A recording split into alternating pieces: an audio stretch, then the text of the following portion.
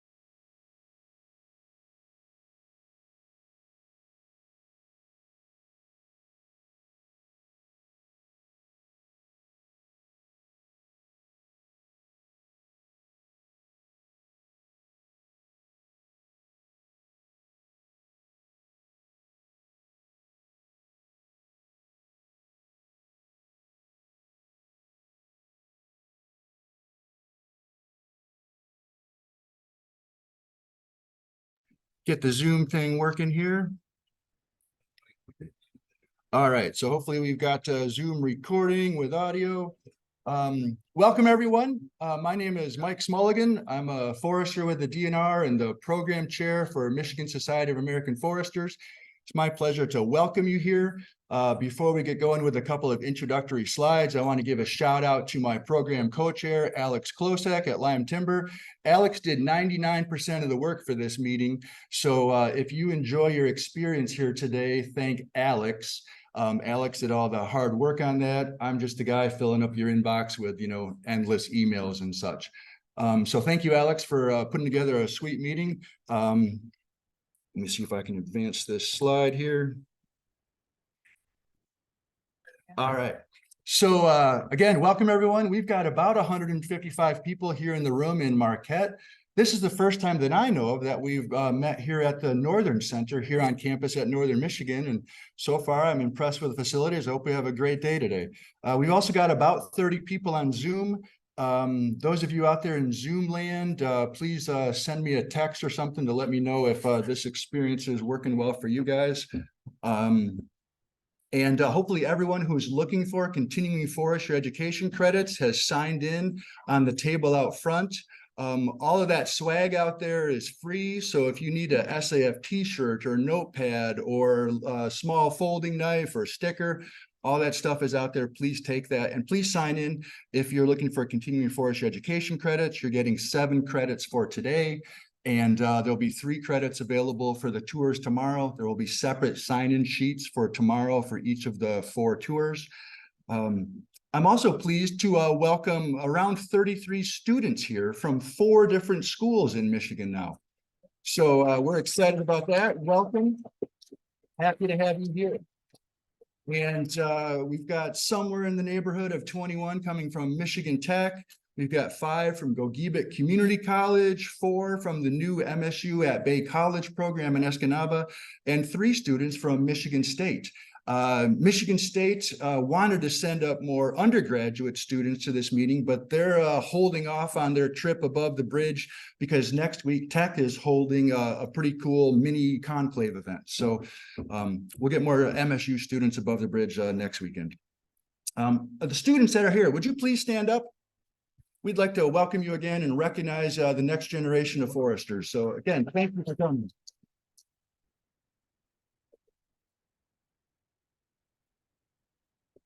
All right, now even better, if you are a forester and you or your employer is hiring in the next 6 to 12 months, if you are looking for your next employee, if you are trying to hire a forester, would you stand up? If you're looking to hire, someone who's about to graduate in the winter or spring, come on, there's got to be more people hiring. If you're hiring, who's hiring? Stand up if you're hiring.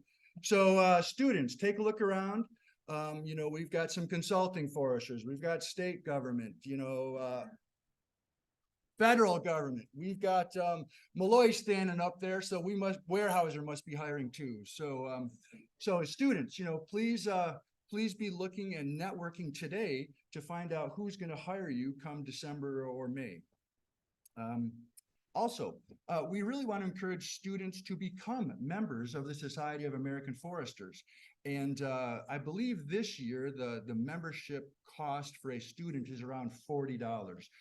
SAF is actually changing that, and I'll show you the new fee structure on the next slide here.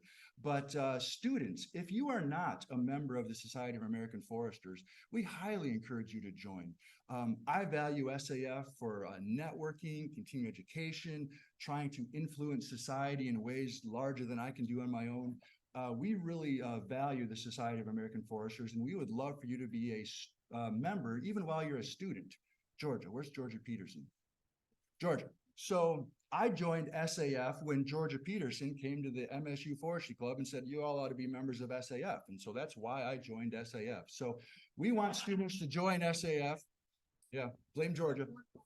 So we also have a $20 cash rebate offer today. I forgot to have my wad of 20s up here. We'll get that at the next break. But we have, $200 in cash where we want to give a $20 rebate to any student who gets on your little smartphone and goes to eforester.org/join now. And if you join today, we'll give you 20 bucks. Ellie, we didn't talk about this. Where's Ellie? So Ellie is the SAF secretary, and Ellie's also trying to recruit student mentors and mentees. So I'm going to see if I can hand off that wad of cash to Ellie. And that way she's going to give you 20 bucks, but she's also going to ask, hey, would you like to, be in a mentor relationship with a professional forester? All right. Enough on that. A little bit about SAF meetings. We try to, state our values for what we're trying to accomplish here at these meetings. We value relationships, and we are thrilled that you 155 people are here in the room. If you look at your agenda in the program, we build in half-hour breaks for networking because we want to give you an opportunity to talk to old friends and meet new friends and network. And I even learned how to call these moderated small group discussions. So you actually get, a half hour of CFEs for this. So, if you call it the right thing, you still get, continuing forestry education credit for, the networking break, because that's an important part of this experience. We want to have a vigorous exchange of ideas. We want our speakers to challenge us, inspire us, educate us, get us to think about new ideas. And we welcome difficult questions from the crowd. But let's keep it kind and respectful. Let's, treat our speakers as our honored guests and not talk over them. This is a pretty tight agenda, and we're going to have some pretty tight transitions from speaker to speaker. So I would appreciate it if when the next speaker is up and ready to go, that we give them our full attention. And then continual improvement. Let's make our profession of forestry better than it was, a decade ago, and see how we can continue to improve the forests of Michigan and our impact on society.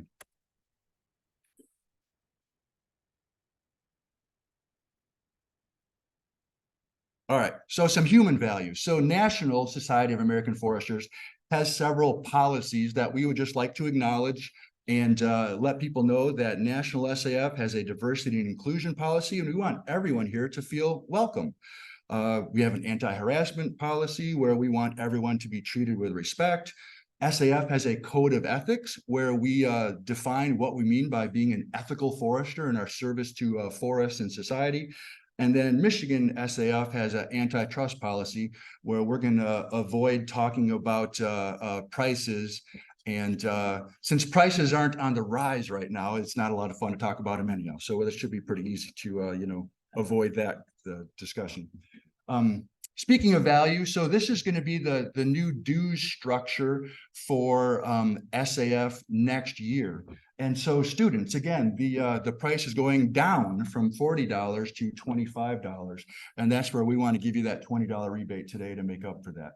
Early career foresters in the first 5 years after graduation, it's going to be a transitional fee from 35 to 75. Full members will be 125, and then premium, that must include, subscriptions to Forest Science, Journal Forestry, that kind of stuff. There's also going to be some different categories for retired, international, and affiliate members. All right, here's the agenda for today. Hopefully everyone picked up a program out on the table, and you can kind of follow along where we're headed.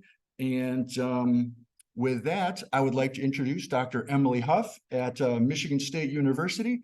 And Emily, I'm gonna try to, Alex, try to find where the, is it on the desktop? You got a folder? Where are you at, Alex?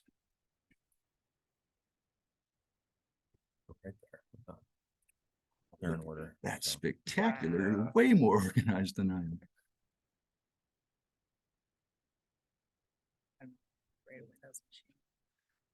Well, I have not been good at it so far. Do I need to reshare, do we think? Zoomies, can you see these slides? Yeah, Zoom, can you see Emily's slides? You want it set up with this presentation, or you want to duplicate Okay, slides? that's fine. And I guess I would just Take a click look. through. Yes, okay, good to go. All right, Emily, the floor is yours. Awesome. Well, good morning, everybody. As Mike said, I'm Emily. I am faculty at Michigan State University, but actually live up here in the UP, just about 20 miles west of here in the Michigan Highlands, and teach our classes remotely. So it's a pleasure to be here in my own backyard. It's the first time I've driven to a conference from my home and had coffee at home rather than at the conference. It's wonderful. So I'm going to talk a little bit about wood energy this morning. It's a conversation I know we've had in sort of cycles in the forestry community. I'm not old enough to really remember some of the conversations we had back in the 70s around wood energy when prices were at an all-time high for competing fuels.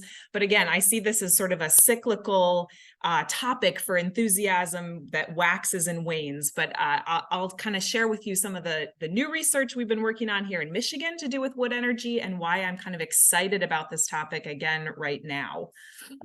So I know we've got a mix of kind of audience levels in the room, from students to veteran foresters. But I just want to kind of bring us all to the same page, talking about the kind of different feedstocks, even within forestry, that makes wood energy such a complicated topic for us to communicate about as forestry professionals.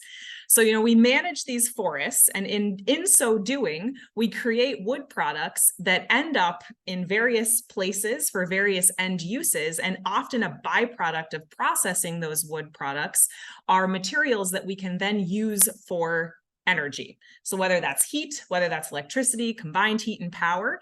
But I'd also be remiss, and this is partly because we were just talking about this back in August at a workshop, we sometimes grow wood specifically for energy. So up there at the top, this figure I got from another paper, and I just kind of pasted a little redo on top of this figure. So sometimes we grow short rotation woody crops for wood as well. So our forests produce energy without us really doing anything about it. Just how we withdraw those materials from the woods is kind of an important point when we're talking about wood energy, when we're communicating about it, when we're thinking about the potential of wood energy. The other point I want to make too, and the real punchline from this, you don't have to read all the different bubbles, is that, if we back out from wood energy, we think about biomass and where wood fits into the biomass conversation, that we're part of this whole big landscape of ag waste and municipal waste and industrial waste that gets processed in those middle blue boxes in a wide range of ways. The number of ways that our woody materials are now getting processed into very cool end products is increasing. It just seems like by the day. And those bioproducts markets, the yellow bubbles, range from energy, both kind of stationary, again, used for either heat or power, but also biofuels, so energy for mobile transportation, and now commodity chemicals, added value chemicals. We're talking about, sustainable aviation fuels. So there's sort of this big complicated landscape of how we take, what we grow very simply, it seems, in the woods, and then this whole kind of complex processing space in the middle and get those products to market. So I stole, borrowed, co-opted these slides from Gary Milo. And so big thank you to him, and also to Justin over here with the Timberman for a couple bullet points that'll come a little bit later. So that's why my opening slide said, and so many others. Wood energy is a big community here in Michigan. So when we talk about wood energy, in some cases, we're actually talking about producing electricity. So thinking about our normal grid here in Michigan, we actually have quite a few facilities. So I don't know if our students were aware of this. Every time I see this slide, I'm reminded that we have these facilities ranging from the Lance Warden facility. I can't see your slides on Zoom. They can't see my slides. I stopped sharing and Yep. resharing your PowerPoint. Sorry about that. Yeah, no worries. Oh God, that's my face. Let's see. They're probably not going to want to see the draft. Let's try that. How's that look, Zoom? Better. I don't like that. Let's try for best. Yep, you got it. You're good. Okay. Let's try screen 2. I feel good about this one. You can see it. You're good. Okay, sweet. Now I've got to get to my slides. All right.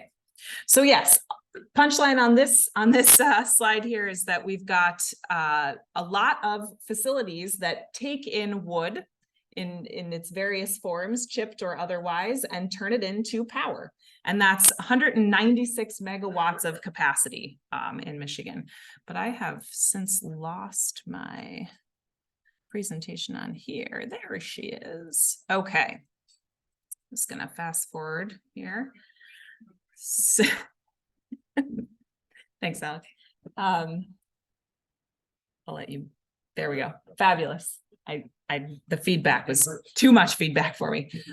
So this actually also surprised me when Gary presented this for our statewide energy workshop, is that Michigan actually ranks 6 in terms of biomass power production. It's sort of exciting for Michigan and also just sad, I think, for the nation in terms of opportunity to utilize some of these byproducts and residues from our forest operations for as a renewable energy source for power. But that's kind of where we sit today.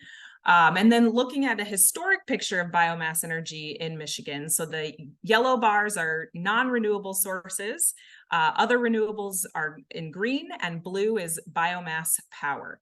So back in 1996, we were about 1.13% of megawatt potential in the state.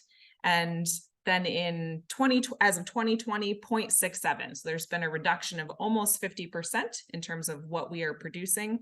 And I think you can look at that a couple of ways, that there's opportunity, but also that there's been some kind of critical policy levers that have been pulled that have resulted in this trend. One of those is, the way that wood is perceived. Is it perceived as a renewable fuel source or not? And I'll talk a little bit more about that in a moment. In terms of historic energy production split between power versus combined heat and power. So the wood-based combined heat and power is in orange and electricity is in blue. So they have remained fairly steady with some kind of dips and spikes here and there, but generally speaking on a slight decline since the early 90s. And then lastly, looking at trends, other renewables versus biomass. One of the most notable things we've seen in the forestry sector is that we are for sure outcompeted by wind, solar, and other renewables. Part of that has been a marketing campaign. I say this because my younger brother actually is the communications director for the Solar Energy Industry Association, and he's doing a really, really good job.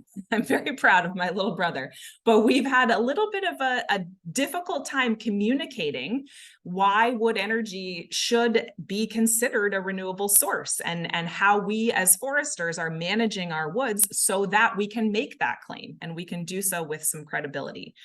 So again, I think there's both some pessimism and optimism here for wood energy in this graph. Opportunity, I'd say. And then I think living here in the UP now and processing a lot of wood until I had a run-in with my wood splitter, we also have a huge market and potential for residential and mid-scale heating. So Bill Cook in the back was our evangelist for mid-scale, like school level and municipal level heating systems that could use wood in places where it makes sense. Wood is very local and transporting it short distances are ideal. So these mid-scale operations and markets are, I think, huge opportunity in the state. So we have anything from automated pellet systems to people having pellet stoves and fireplaces and outdoor wood boilers and firewood. There's, again, it's a complicated picture, but one that has a lot of opportunity. So just to highlight some new research, since we're all here to get our continuing education credits. So as part of actually a National Science Foundation grant with Sarah Mittelfelt, who's a faculty member here at Northern Michigan University and some other folks at MSU as well, we kind of revamped a survey that we did back in 2017 to look at how attitudes and perceptions of wood energy technologies had or had not changed in the Great Lakes region. So Sarah did a series of interviews. I sent out a survey to Michigan residents who both were living near biomass power stations, those ones that I showed on the previous slide, and then people who did not live in counties with those stations. And we found these results. So I can share these slides, certainly don't have to take notes or anything, but basically most people support wood energy, especially at the residential scale. They're more supportive of those smaller scale applications and for thermal applications. Kind of understandable. There's a lot of choices for producing electricity, but wood is particularly good for producing heat. And it's something that people can understand and kind of wrap their minds around. The more knowledge people have, the more positively they feel about these technologies. So that tells us as extension professionals and those of us who work with people a lot, most of us, that increasing knowledge does tend to lead to more favorable attitudes. But those that lived close to these large scale facilities did not have any more knowledge or any more positive attitudes about wood-based energy technologies. So partly it may have been a lack of awareness that they even existed. We found that to be the case. And partly it just doesn't necessarily mean that they have more positive experiences with those technologies. We also looked at ways to combine sort of historic archival data and spatial data. So using those plus interviews, we found that industrial scale technologies, so those large plants, are linked to kind of a political infrastructure that was created in the era of fossil fuels. So industrial scale renewable energy projects are often reflected then in people's minds in the same way that non-renewable large scale energy production is reflected. So it gets kind of lumped together with those other projects and maybe part of why we have a communication challenge. We also found trying to correlate all these different census variables with wood energy technology in different counties. We found that those variables on the left-hand side, things like population, percent of people who had high school education or more, percentage of forest cover, population density, are correlated with attitudes and knowledge of wood burning energy technologies.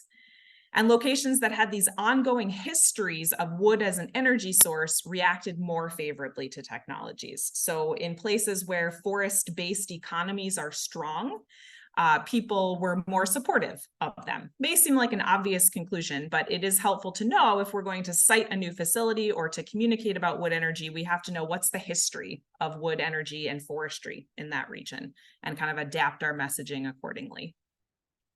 And then one last study, there were, I think, 5 different papers out of this. I'm just highlighting 3 today. We looked at zoning ordinances by township in the Northern Lower and the UP, and Laura's kind of home energy data, and tried to answer these 4 questions. What does the regulatory landscape look like for wood energy? Do areas with commercial scale wood boilers have fewer or more regulations? What are some of these socioeconomic characteristics of either places that have restrictions or places that don't? Little to no regulation. So first, here's what we found in terms of those zoning ordinances. So the darker the red, the more homes that use wood as their primary heat source. And then those squares are the large commercial facilities, and the dots are regulated commercial scale wood-fired boilers. And then the darker the red here, the more restrictive the zoning ordinance with respect to wood energy. So the counties and townships in the darkest red prohibit wood burning energy technologies, and the counties with the lightest yellow or the gray have no restrictions or no language whatsoever with respect to restrictions. And we all know, at least those of us who have tried to do anything to our homes or land, that these zoning restrictions are really important for influencing what people choose to do or not, and what policies they adopt. So if you I'll go back one slide and sort of imprint in your mind these zoning ordinances and restrictions compared to people's patterns, whether or not they're actually using wood as a primary heat source, there's a relationship there. So if we want to increase uptake of wood burning energy, we have to think about some of these zoning restrictions. All right. So now just a quick note about current policy. So again, thank you to Justin, not only for sharing this information, but also for carrying the torch for our forestry community on this particular issue. So there were 2 bills introduced. When were they introduced? How was this? Early spring, that included language that would have removed biomass from the renewable energy designation at a state scale. So thanks to a group of people, including Michigan Association of Timbermen, a representative from Harmon Logging met with our congressman, whose district now covers, I think, the UP and a good portion of the northern lower, so fairly influential at a federal scale. I'll talk about that in a moment. And plant managers to talk about the importance of these facilities for capturing that lower value woody material and for our energy grid, for resilience in the energy grid. And then Justin and Jason met with Representative Pahutsky and others in Grayling for an educational tour as well. As a result of their efforts, new versions of these bills were recently introduced that changes that language. So Michigan biomass facilities can operate as a renewable energy source. I just want to note too that we've been facing similar challenges at a federal scale. So it's pretty important that Congressman Bergman heard this and got to see some examples of this. So EPA's renewable fuel standard also has a number of restrictions that make it difficult to move biomass from out of federal lands, but I think just more generally as well. So thinking about what should I do? If you're interested in this conversation and in kind of scoping what wood energy looks like in Michigan, the future of wood energy, we obviously have Gary and Michigan Biomass working on this topic. We also had for a while, starting in 2015, a statewide wood energy team. So this was funded by a Forest Service Wood Innovation Grant, that's the WIG. And that brought a group together to look at some of these issues. It provided funding for people like Bill to do some case studies, to show people what some options were in the state for wood energy technologies, whether heat, power, or combined heat and power. And we recently revitalized that team, and the pictures there on the right are from an August workshop we had in this very same building, taking a look at progress to date, barriers, challenges, opportunities. And we also toured Northern Michigan's boiler. So that picture on the bottom there is from that tour. So NMU used to burn wood chips and then hit a number of snags, pun intended, and transitioned back to natural gas. However, I think their contract for natural gas expires in 2026. So there's an opportunity here potentially to bring that wood boiler back online. And so we're thinking as a team, how can we support NMU to do that? Could we possibly look at different models of distribution and supply and how we might kind of depot supply to solve some of the challenges they encountered originally. One of which is that that particular boiler, the way it was constructed, needs perfect, clean, beautiful chips, which we all know can be somewhat of a struggle. And also to think about how we can support wood as a renewable energy source, generally speaking, in the state. So if you are interested in this topic, whatever that looks like for you, however you might want to be involved, please reach out to me, ehuff@msu.edu. And then one other thing I wanted to mention is that I ran a series of roundtables. So the link at the bottom there will take you to the report from those roundtables for the Forest Service with respect to their wildfire crisis strategy. So hands up if you have heard the term wildfire crisis strategy. Okay. So about half of you, this has become a major buzzword in part because the Bipartisan Infrastructure Law and the Inflation Reduction Act have opened the floodgates of funding to address this wildfire crisis strategy, not just in places that have these wildfire crisis landscapes, but one of the kind of cornerstones of the wildfire crisis strategy is that wood ideally needs to be removed from federal lands without piling it and burning it. It's sort of the Forest Service's goal. And wood energy is a fairly important tool in that risk mitigation toolkit. So we did a series of roundtables listening to industry across the US, all of the Forest Service regions, and they all kind of gelled around the challenges, barriers, but also potential opportunities that I've just talked about here today. That wood energy is a challenging topic. It's challenging for communication. It requires densifying material in the woods, which can be really challenging in many regions because of road infrastructure and all of these other things. So it's a tough nut to crack, but absolutely worth it, particularly when there's this huge focus on fuels reduction nationally and more critically in the West, certainly. So I have not been watching time, but that is my last slide. Any questions, comments? 8 minutes, perfect. Sure. I can also maybe look at the chat. Yeah, see, I don't know if if anyone has a question, please raise your hand. We'll get a microphone to you. So the people on the Zoom can get a question. Yeah, good morning. I have a question for you on the zoning slide that you have over here. Okay, thank you. And I'm curious, what were some of the reasons for those zoning restrictions? There's probably several, but I was wondering if air quality was one of the ones. Yep, it was probably 95% smoke-based regulations, so particulates and other things. I think largely from residential scale boilers in dense population type areas was number one. Yeah, and that's actually been a really interesting other kind of avenue of research that we're starting to see is I think all of the wildfires and the link between smoke, particulates, and human health is kind of growing in interest in the national conversation. So yeah, yep, especially this summer from the Canadian wildfires too. So it's kind of a two-way street when you do research. So a lot of the folks that we called to gather the zoning information, because not all of it was available online or wherever, we're kind of curious, is there more information about this out there? Should we be changing, our zoning rules and those sorts of things? So there's an opportunity there too, I think, for communicating the current science. Hey, Jim.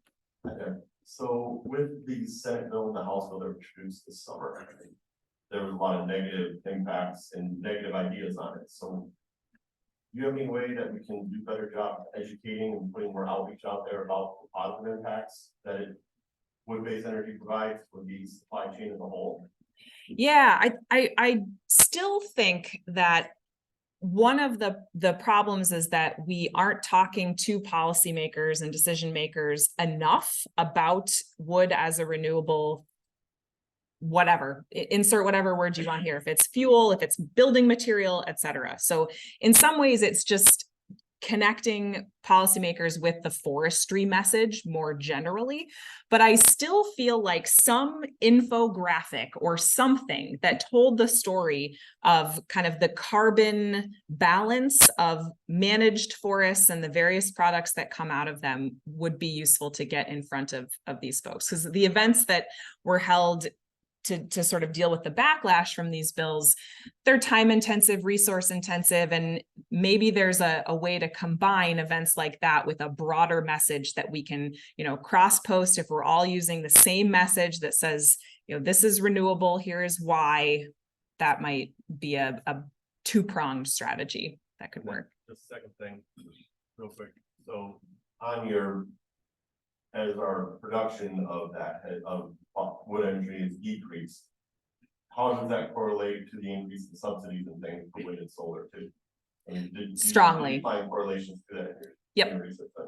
Yeah, and actually, so at the national roundtable that we held after the regional ones that I just mentioned, we invited 3 people from EPA to reopen that door, to start talking about not just changing the RFS, the renewable fuel standard, but also bringing back subsidies for wood energy. There are some places, especially near those wildfire crisis landscapes, where it's going to be the only policy lever that will actually work.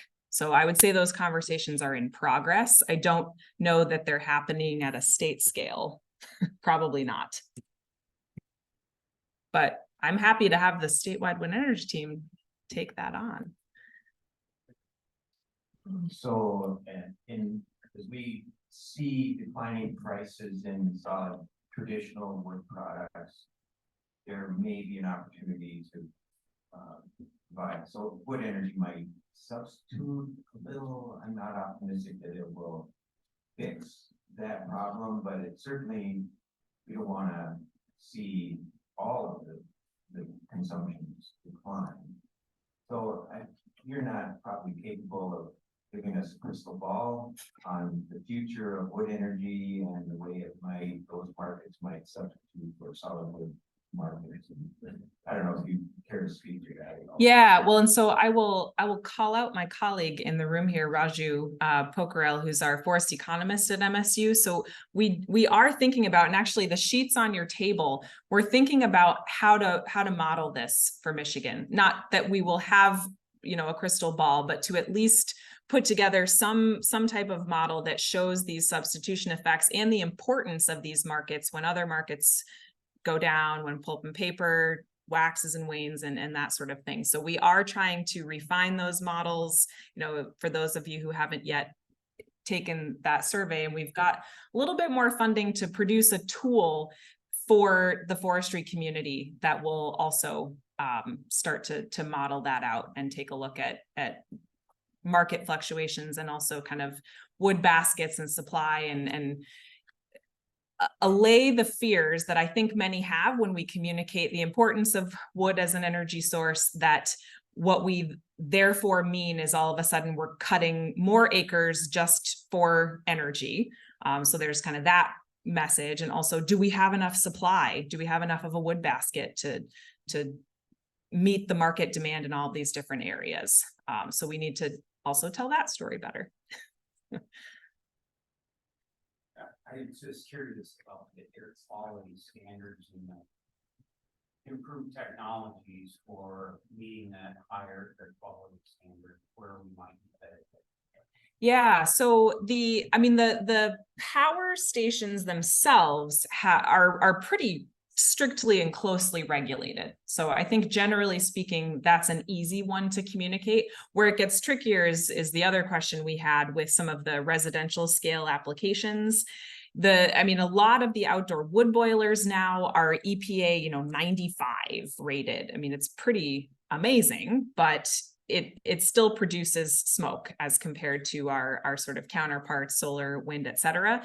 The story there, though, is the life cycle analysis, the overall impacts, all the externalities with both of those industries. If you look at it holistically, that's a very different picture than if we just talk about, the point source stack type of picture.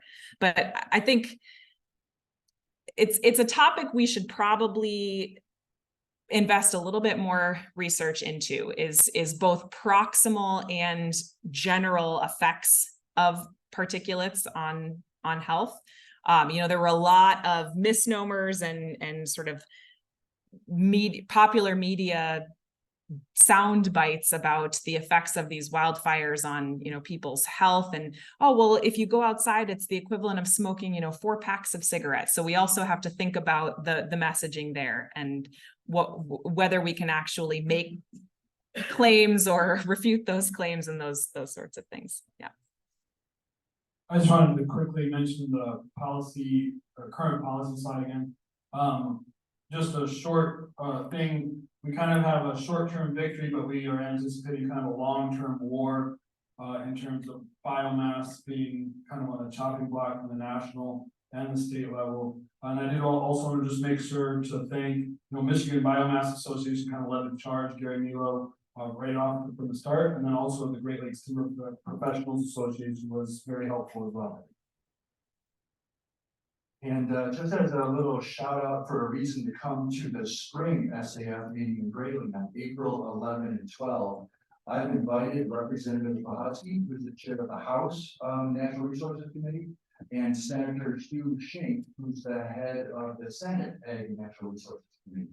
I already got a note from Bahatsky's office, but I'm going to be working hard to get Senator Shink to come and speak to us at the spring meeting about what are the state policy priorities related to forests. And so, save some of these questions for a senator in the spring. Emily, thank you very much. You're welcome. I'm just answering 2 Zoom questions, sorry, but call up your next person. All right. No.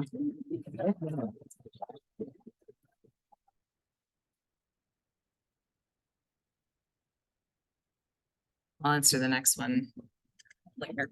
All right, thank you. Our next speaker is Mark Rudnicki at Michigan Tech. Mark, let's see if we can improve our transition here for the folks on Zoom.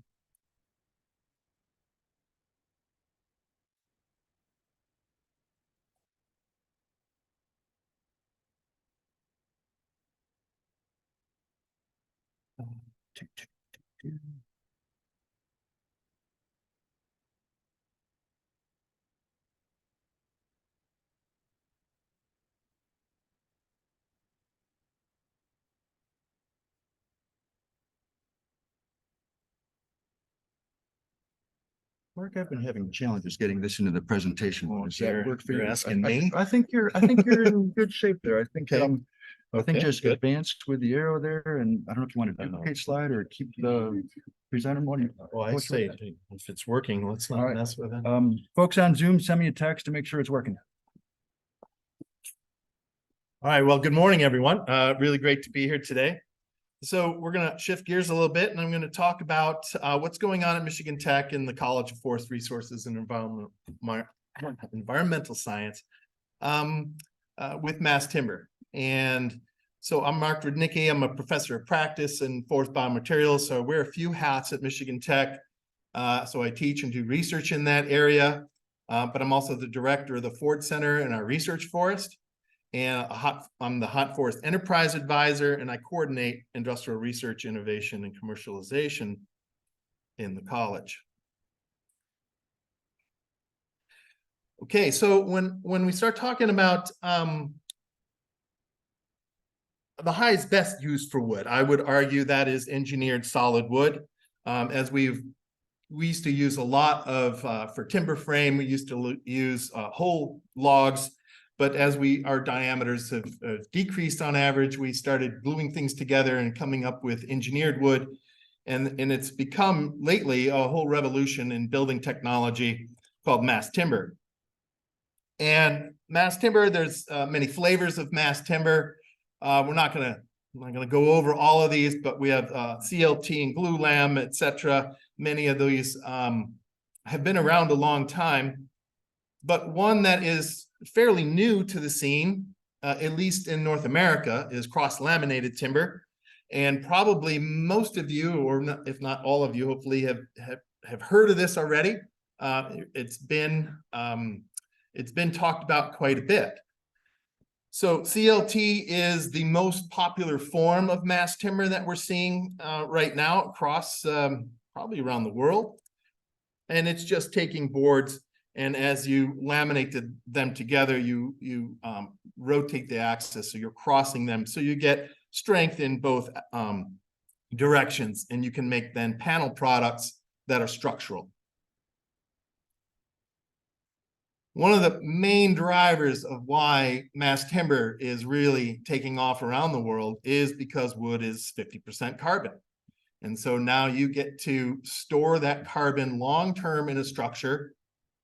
And there's projections out there that people are now talking about replacing traditional building materials with mass timber. And that could save hundreds of billions of tons of carbon that might otherwise be emitted. So you basically get to double count. You are not emitting CO2 by skipping over using steel and concrete, and you're also storing large amounts of CO2 or carbon in the building long term. So that's been very attractive, especially in the new area of carbon accounting and thinking about what are we going to do with too much carbon in the atmosphere. So mass timber, or specifically cross-laminated timber in the United States, is really pretty new. I mean, the first CLT panel was made in 2015 in Oregon. So that's really only, what, 8 years ago? But that's certainly not the case around the world. In Europe, they've been doing this 20, 30 years. And so the US is pretty late to the game. But we are moving quickly to catch up. So now I'm going to switch a little bit to what's going on in the college. So in terms of wood products, Michigan Tech in the college has had a dedicated research program in wood products since World War II. And we've had a dedicated degree program in wood products since the 1960s. So, and this is a view of our atrium, many of you have probably seen. And you're right if you're saying, hey, that's mass timber. Absolutely, that was built with mass timber, and that's structural. It is holding up the roof in our atrium. So what's the big need that we see for Michigan is mass timber is currently virtually on 100% softwood right now, and Michigan is not a softwood state. Michigan is, as everyone here well knows, 70%, around 70% hardwood. And so there is definitely a need. I still haven't got the Zoom link. Okay. Gosh, sorry. The Zoom people are only seeing your first slide.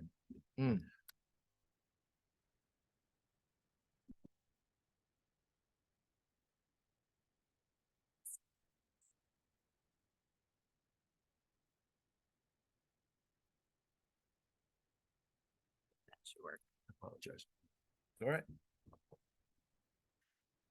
So if we want to use our own wood resources in this mass timber revolution, we need to develop hardwood technologies.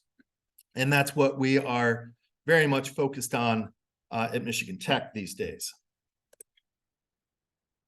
Oh, no, I can't advance my slides. Does the arrow key work? Nope, that worked. What'd you press? The arrow key. Oh, sorry. all right. Good, thank you. And of course, you know, dealing, as we've been hearing about and we talked about in these meetings a lot, is supporting rural jobs and communities. And so we need that demand on the supply end, right? So and so since I'm here and I'm also the director of the Ford Center at Michigan Tech, I also want to do a little plug here for the Ford Center because I wanted to share that we have some very exciting things happening at the Ford Center. We have some record-breaking attendance or enrollment in our fall camp. Many of those students are taking a break from class and are here today, which is great to see. But what's happening in Alberta is this is our first groundbreaking in about 50 years. And so we're building out and we're extending out our main conference room. there, and hopefully in the future, we'll be able to have perhaps a meeting, one of these meetings at the Ford Center. So this is, again, these pictures were just taken yesterday. So just great drone shots looking south at our holdings and then looking south and north across the Barriga Plains there, if you're familiar with these. So back to wood products. We've developed a new major in the college called Sustainable Bioproducts, and it's really a combination of science, business, and engineering. We have 3 concentrations within that major: bioproducts business, sustainable structures, and circular economy. And these are the first cohort of our students in the major as we have been as we toured some of the wood product facilities across northern Michigan. And to also promote that major, which is about 3 years old now, we've partnered up and developed a national campaign with other leading universities in wood products from across the country. And you can, if you're interested or want to share that information, there's a brand new website that was just launched like a week or 2 ago, and it's called woodisbest.org. And that is in collaboration with the International Society of Wood Science and Technology. And there's a cool video that we've got posted. And so each of these 10 universities, you know, if you click on any one of those, you'll get to their program pages. So I think it's a great message, and there's some exciting things happening there as we build that program. So also, we're not the only ones at Michigan Tech very much interested in wood structures. Our civil engineers are also very much engaged and have been for many years. They now offer a certificate in timber building design, a graduate certificate, and they've been teaching courses in timber design at the undergraduate and graduate level for decades. And so before mass timber was cool, Michigan Tech was still doing that and has been doing that for a long time.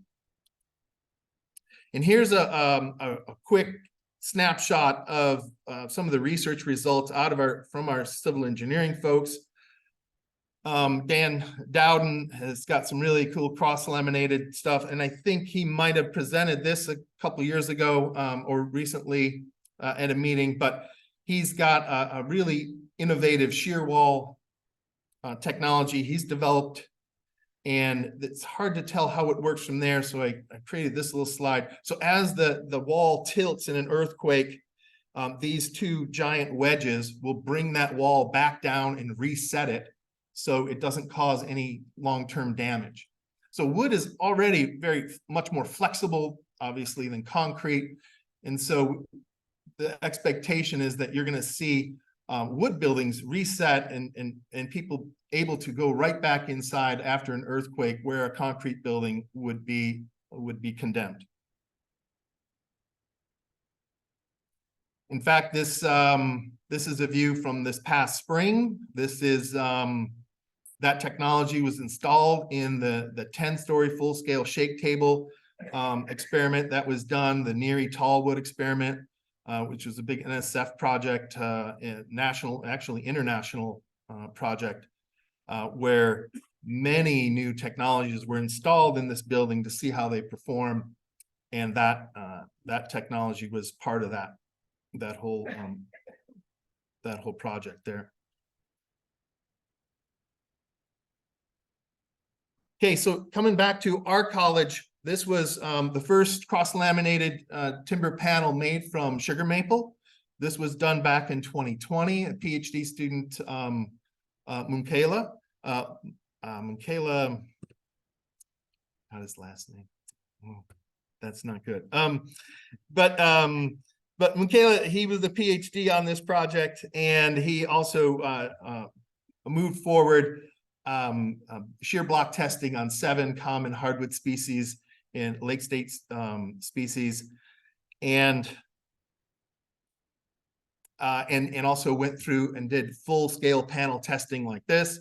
And we were able to demonstrate, and we come up with data showing that pure sugar maple panels, so 3-layer panels, come out, their breaking strength is over 5 times that of the best softwood. And so if you've got a panel with those kind of mechanical properties, you essentially have a different kind of mass timber building material. And how that's going to be installed in buildings and how those buildings will be designed is yet to be determined. And that's a big reason why we're partnering with our civil engineers, because it's really how you build buildings, that's really up to the civil engineers, but the material development is what we're working on. And this is a view of our facility. This was before this was a couple of years ago, where we had a Finnish delegation visiting, and we had recently finished gutting this building. And so it's very empty here. And we just had pictures of the equipment that was coming in. But it's changed, so the equipment has arrived. So this is our fairly new CLT press. And what's very powerful, or I would say capable about this press, is that it's reconfigurable, so we can make really long panels that are not so wide, or we can make 6 by 10 foot panels depending on the test needs or demonstration need. For really long panels, up to 20 feet long, that's really needed when you're doing testing, because there's a 30-to-1 ratio in length to thickness. And so if you want to test a thick panel, it has to be very long. So we have that capability as well.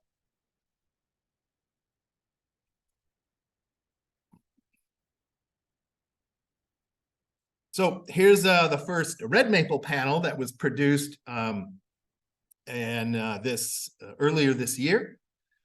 And a shout out to all the donors, and especially the press was primarily funded by a grant from MDART, and we received generous industry support and overmatched that grant by a wide margin. And so that was great to see that kind of support. And in fact, that lumber there was donated by AJD, who would really like to see hardwood move forward as a product. So here's another panel, a demonstration panel being fabricated with one of our students here, Nicole, and then put into our press. So we've made a few of these now as demonstration, but we've also gotten a Wood Innovation Grant, $250,000 to develop red maple and get red maple into the standard. So red maple in particular is a pretty underutilized hardwood species. And so how do it's a pretty long process to get into the standard.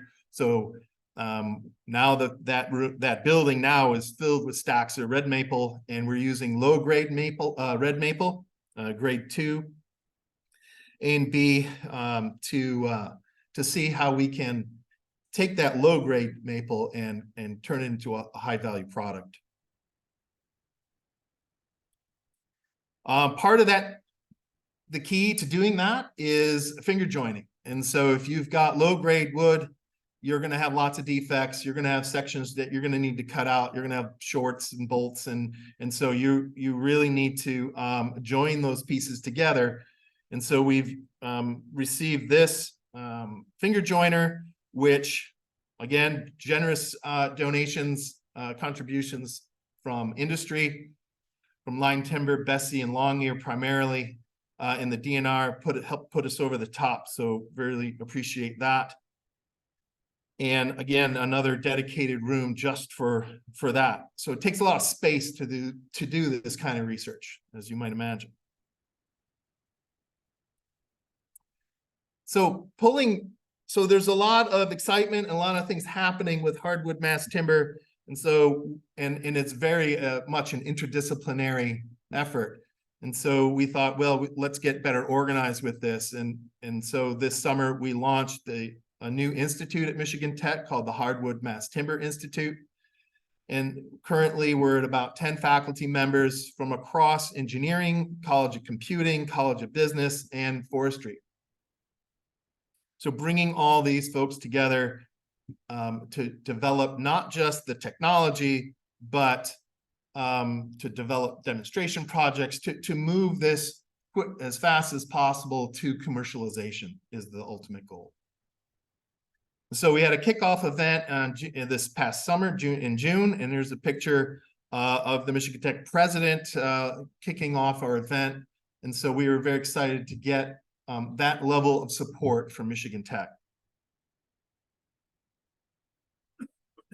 The date on this is wrong. We're having an open house. So it's not much of an open house, I will confess. It's only going to be an hour from 8 to 9 a.m. and it will be October 17th. We had to scale back because I'm teaching 3 classes and trying to manage the Ford Center and couldn't pull off a big open house. But we will, as we ramp up the Institute and we get our staffing in place, we will be able to better organize events there to show off what we're doing. Yeah. So the intent, I wanted to share a little bit of the vision for that institute, and it's really meant for research, design, commercialization of mass timber products and structures. So we have the capability for fabrication, testing, and demonstration projects. That's going to be a major role for this institute.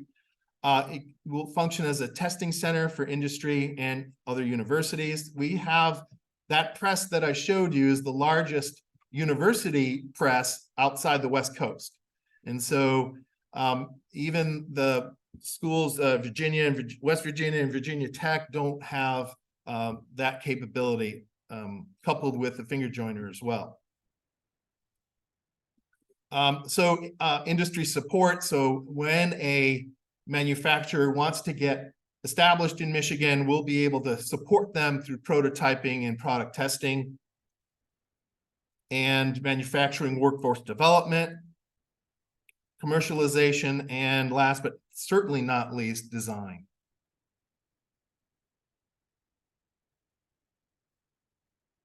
So I think I don't know where I am on time, but I think I kind of blew through that. But that leaves, I guess, lots of time for questions. 8 minutes, perfect. Munkaila Musa, thank you. And Munkaila is now, he's now a tenure track faculty member at the University of Massachusetts, developing his own hardwood mass timber program. So things are moving forward there. All right, just a quick question for you. If you could briefly, why is hardwood not utilized as much as softwood? Is it a wood properties reason, or is it just availability worldwide for softwood versus hardwood? Oh, I think neither, actually. I think the softwood mass timber really was launched, I think that originated from the fire problems out west. They had lots of too much wood and no markets.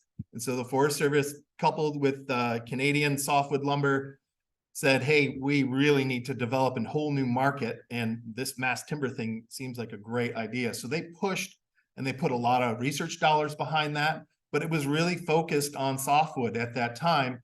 And the other big reason, I think, is the softwood market is a commodity market. They have their own checkoff system. And so they are better organized than hardwood, and they jumped on this opportunity. And so with a checkoff system, they have money for marketing and research that they can put into that.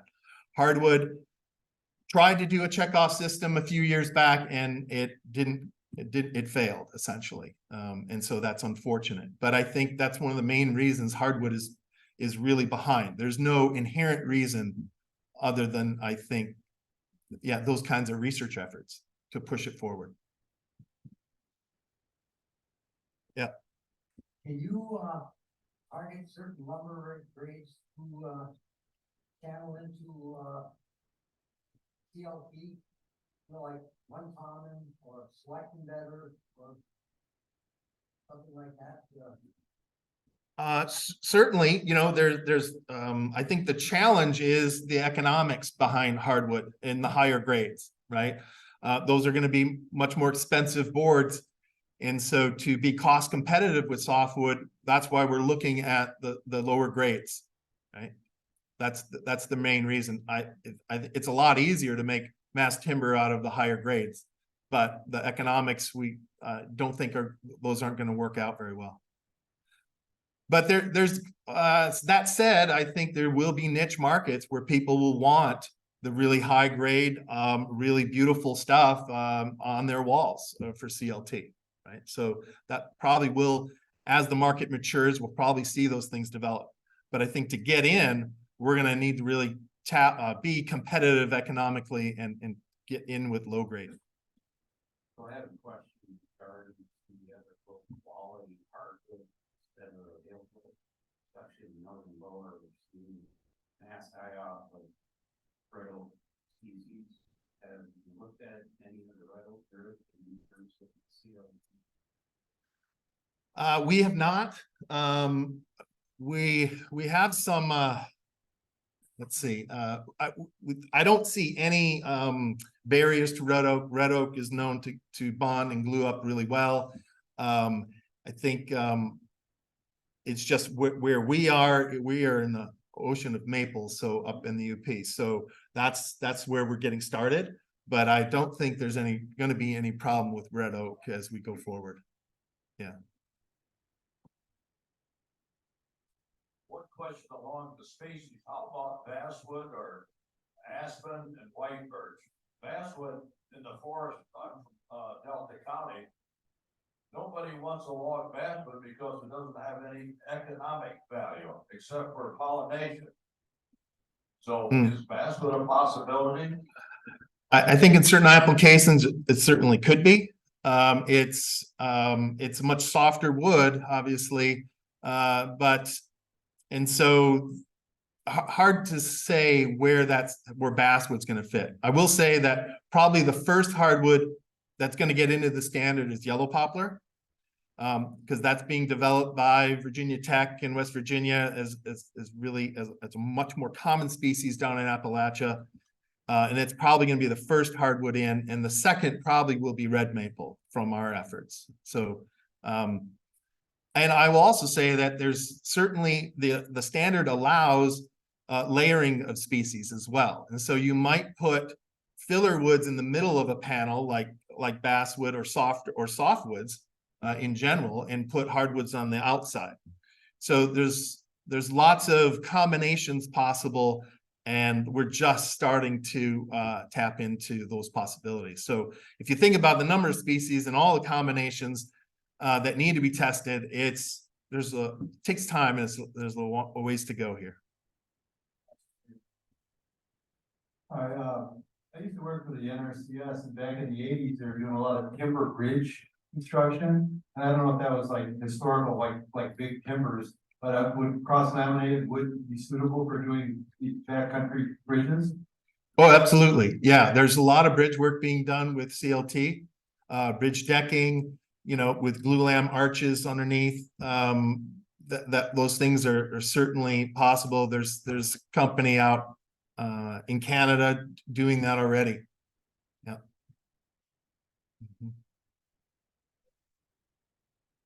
Let's call for questions.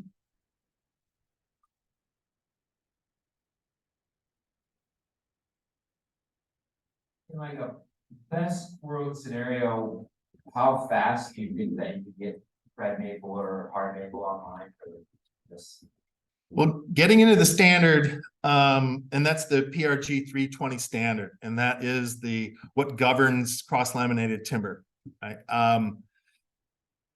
How fast? Well, it happens as soon as that committee votes to put it in. Okay, that's really the issue. And I would also add that Shin-Fon Che is our colleague. He's our lead wood researcher in the college, and he is a voting member of that committee. So Michigan Tech is represented there. So that it's hard to predict that. I would leave that question to him. Yeah.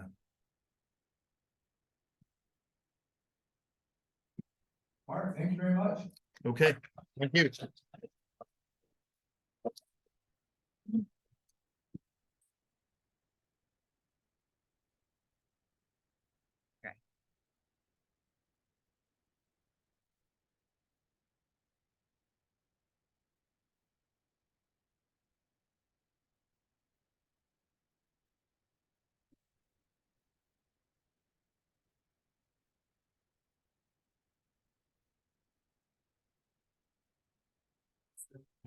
Put it in presentation mode first.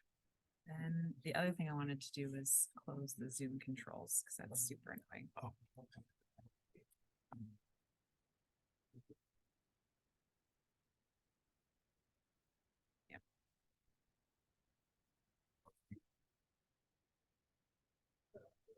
When I hit the presentation, it doesn't go into the presentation. We got a security alert on the other screen.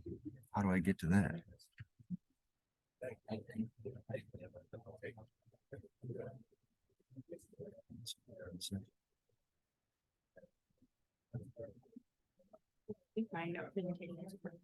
What was that? I don't think my presentation was corrupted. Yeah, I don't know. I think you've got to enable content. Is what it's telling. It won't let me. It's locked up. Alex, you gotta. Yeah. Go to, one screen instead of duplicate, right? Or extend. Can you control or Windows P? And then click this PC only. There. Okay. And then Control P. Or I gotta get the Windows Zoom. P. Extend again. Yeah. Extended again? Yeah, I think that's what was on. Are you sure we wanted extended Or you can instead just of do duplicate? Just duplicate. That'll be, I think if we. All right, Now Now we're will it- duplicated. Yep. look, go into, Now do share screen first before you present.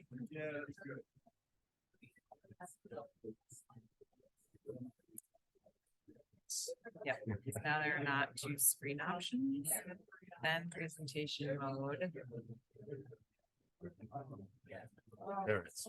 and then now you want to get rid of the word menu, Now we don't even need to because we're duplicated. so you can't see it?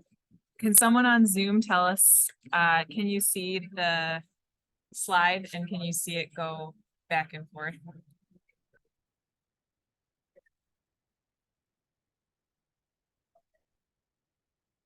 Yes, and you're seeing the slides advance? Okay, perfect. Thank you. All right, everybody. Sorry for the technology screw ups here. We'll get this figured out, by the fourth or fifth presentation. My apologies for fumbling around with a new laptop up here. But it's my pleasure to introduce Rebecca Barnard with SAPI and National Society of American Foresters. And we're so glad you're here. Thanks, Rebecca. Thanks, Mike. No worries. Those that know me know I can talk through anything with or without a presentation. So we're going to be good to go no matter what. Thank you all for being here. If you need some coffee, feel free to get up and get some. Won't offend me whatsoever. So as Mike mentioned, I'm wearing two hats today. The first hat is my SAPI hat, and that's what I'm going to speak about first. So I'm the Forestry Certification Manager for SAPI North America, covering our certification programs and sustainability programs that focus on forestry, at least in USA and Canada. So I'm going to speak about that first. Then I will metaphorically switch hats and speak a little bit about SAF with some national updates, and I'll turn it over to Amber for a few district updates as well. So that hopefully there'll be times for questions.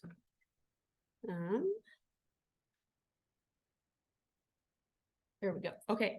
So as I mentioned, I'm just going to provide a brief overview of SAPI in case some of you don't know who or what SAPI is. Then I'll talk about our approach to certification, but I'm not going to talk about certification ad nauseum, not the basics of certification. I hope by now you've heard of certification. It's been around for 30 years. If you haven't and you want a primer on it, happy to speak to you afterwards. I'm going to really talk about some of the concerns that many of us have around certification, and the question mark is, what is the future? I don't have a crystal ball. I don't know, but I'm going to outline some concerns around that. And then again, I'll end with some updates on SAF. If at any time I'm not paying attention and my slides aren't advancing, please let me know because I can see them here. Okay, so SAPI stands for South African Paper and Pulp Incorporated. We are based in Johannesburg, South Africa. We have over 12,000 employees worldwide. We've been around for 165 years, and we have operations in terms of manufacturing operations in Europe, South Africa, and of course, North America. We have global trading operations all around the world. In North America, we have 3 paper mills, we have 1 high-yield pulp mill, and several converting sites with about 2,000 employees. Our closest mill to here is Cloquet, Minnesota, just across the border in northeast Minnesota, just south of the Iron Range, if any of you are familiar with that area. And we do source some wood from the Upper Peninsula of Michigan. So SAPI exists to build a thriving world by unlocking the power of renewable resources to benefit people, prosperity, and the planet. We call it the 3 Ps, the 3 pillars: people, prosperity, planet. Kind of easy way to remember that, very similar to social, economic, environmental. You know, those 3 pillars we all talk about in terms of holistic sustainability. Obviously, for many of our companies, you know, this is a slide I use with customers who aren't in forest products or aren't in the forestry sector, but for us, we know this, that sustainability is part of our story. It's part of our DNA. It's inherent in our business. These mills are multi-billion-dollar investments. We can't pick them up and move them across the landscape. So you all know that forest product companies have a vested interest in making sure that the forest stays forested. But it is amazing how many customers and people in the public still don't understand that and don't believe it. So that's certainly something that we really strive to impress upon them.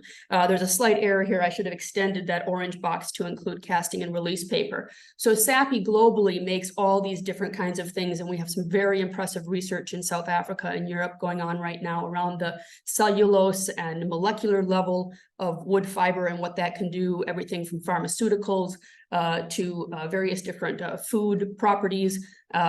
That's way beyond my intelligence level, so I can't speak to that. What we make for SAPI North America, obviously paper packaging, very high-end paper, very specialty packaging.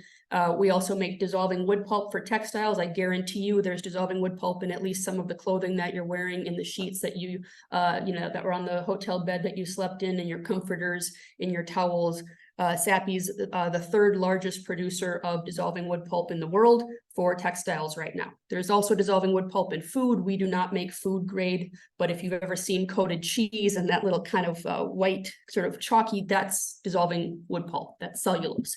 So if you ever look at you know, diet yogurt and you see cellulose, it's wood fiber. If you look at clothing, you see viscose or you see Tencel, those are brand names for some of the textile manufacturers. So we don't manufacture the textile, we manufacture the wood pulp, we send it to textile manufacturers. Oftentimes it's a blended product. They are working on ways to make it an exclusive wood fiber product, but most of the time it's blended. The other product that we make in North America, we're the world's largest producer of this, is casting and release paper. So if you attended the SAF National Convention in Kentucky, I believe it was 2019, if you remember one of the keynote speakers, Donna Cassesi, she gave a presentation up on the big stage about this casting and release paper. I never knew anything about it until coming to SAPI.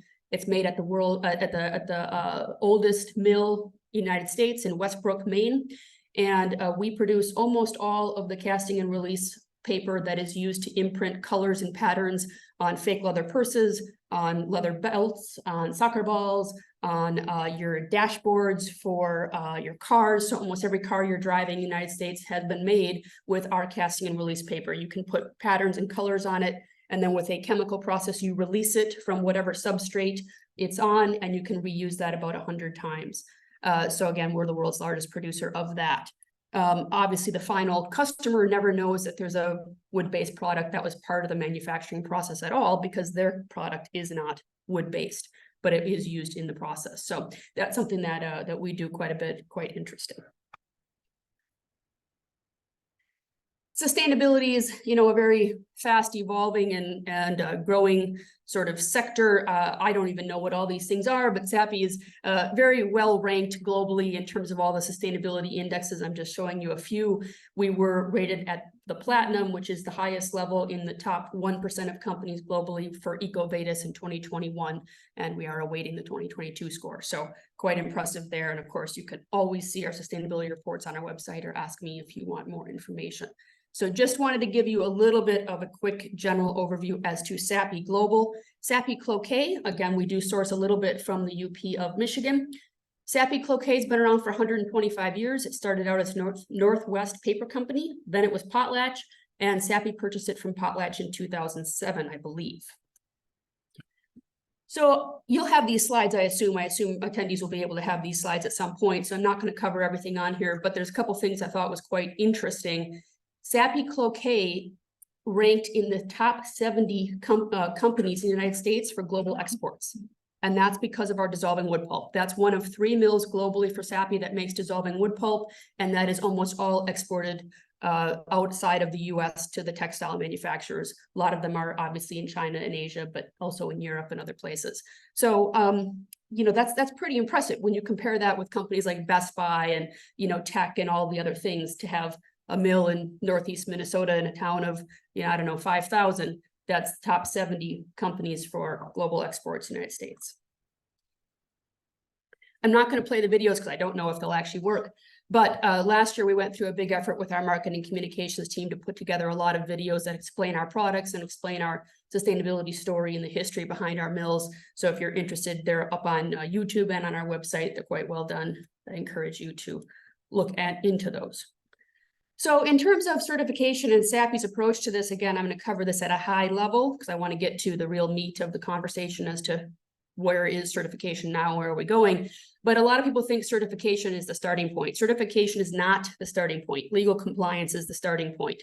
Then from there, you have policy commitments. Those policy commitments need to outline your approach and your commitment to legal compliance, as well as your approach and commitment to sustainability and to other internal targets and goals and ethics and values. Then from there, you implement those policies and you implement rigorous due diligence systems.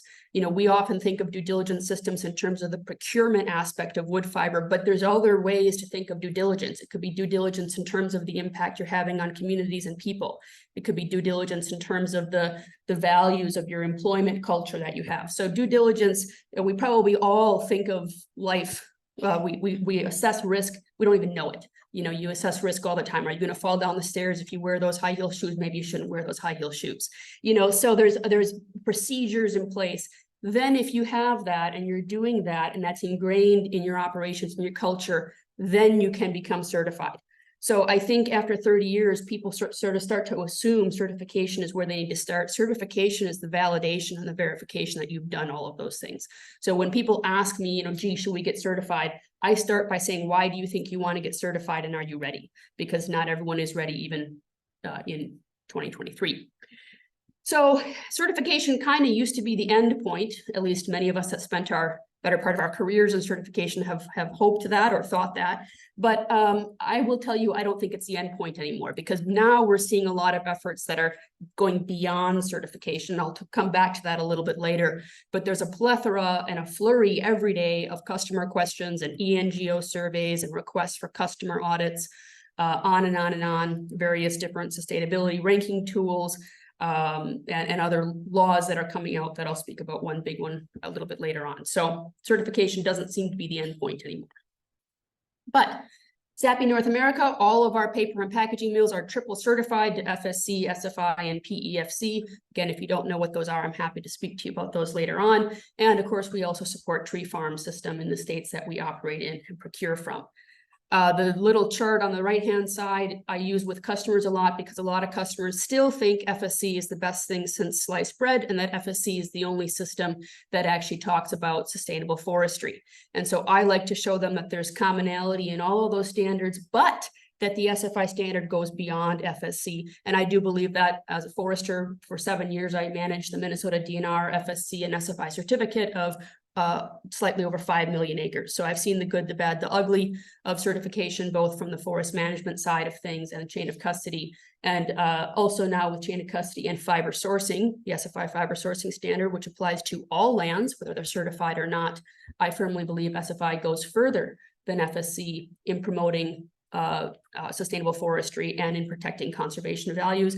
And so SAPI, since I joined them in 2018, has made SFI now our default claim on all of our products sold domestically, and we have been going customer to customer to really promote SFI.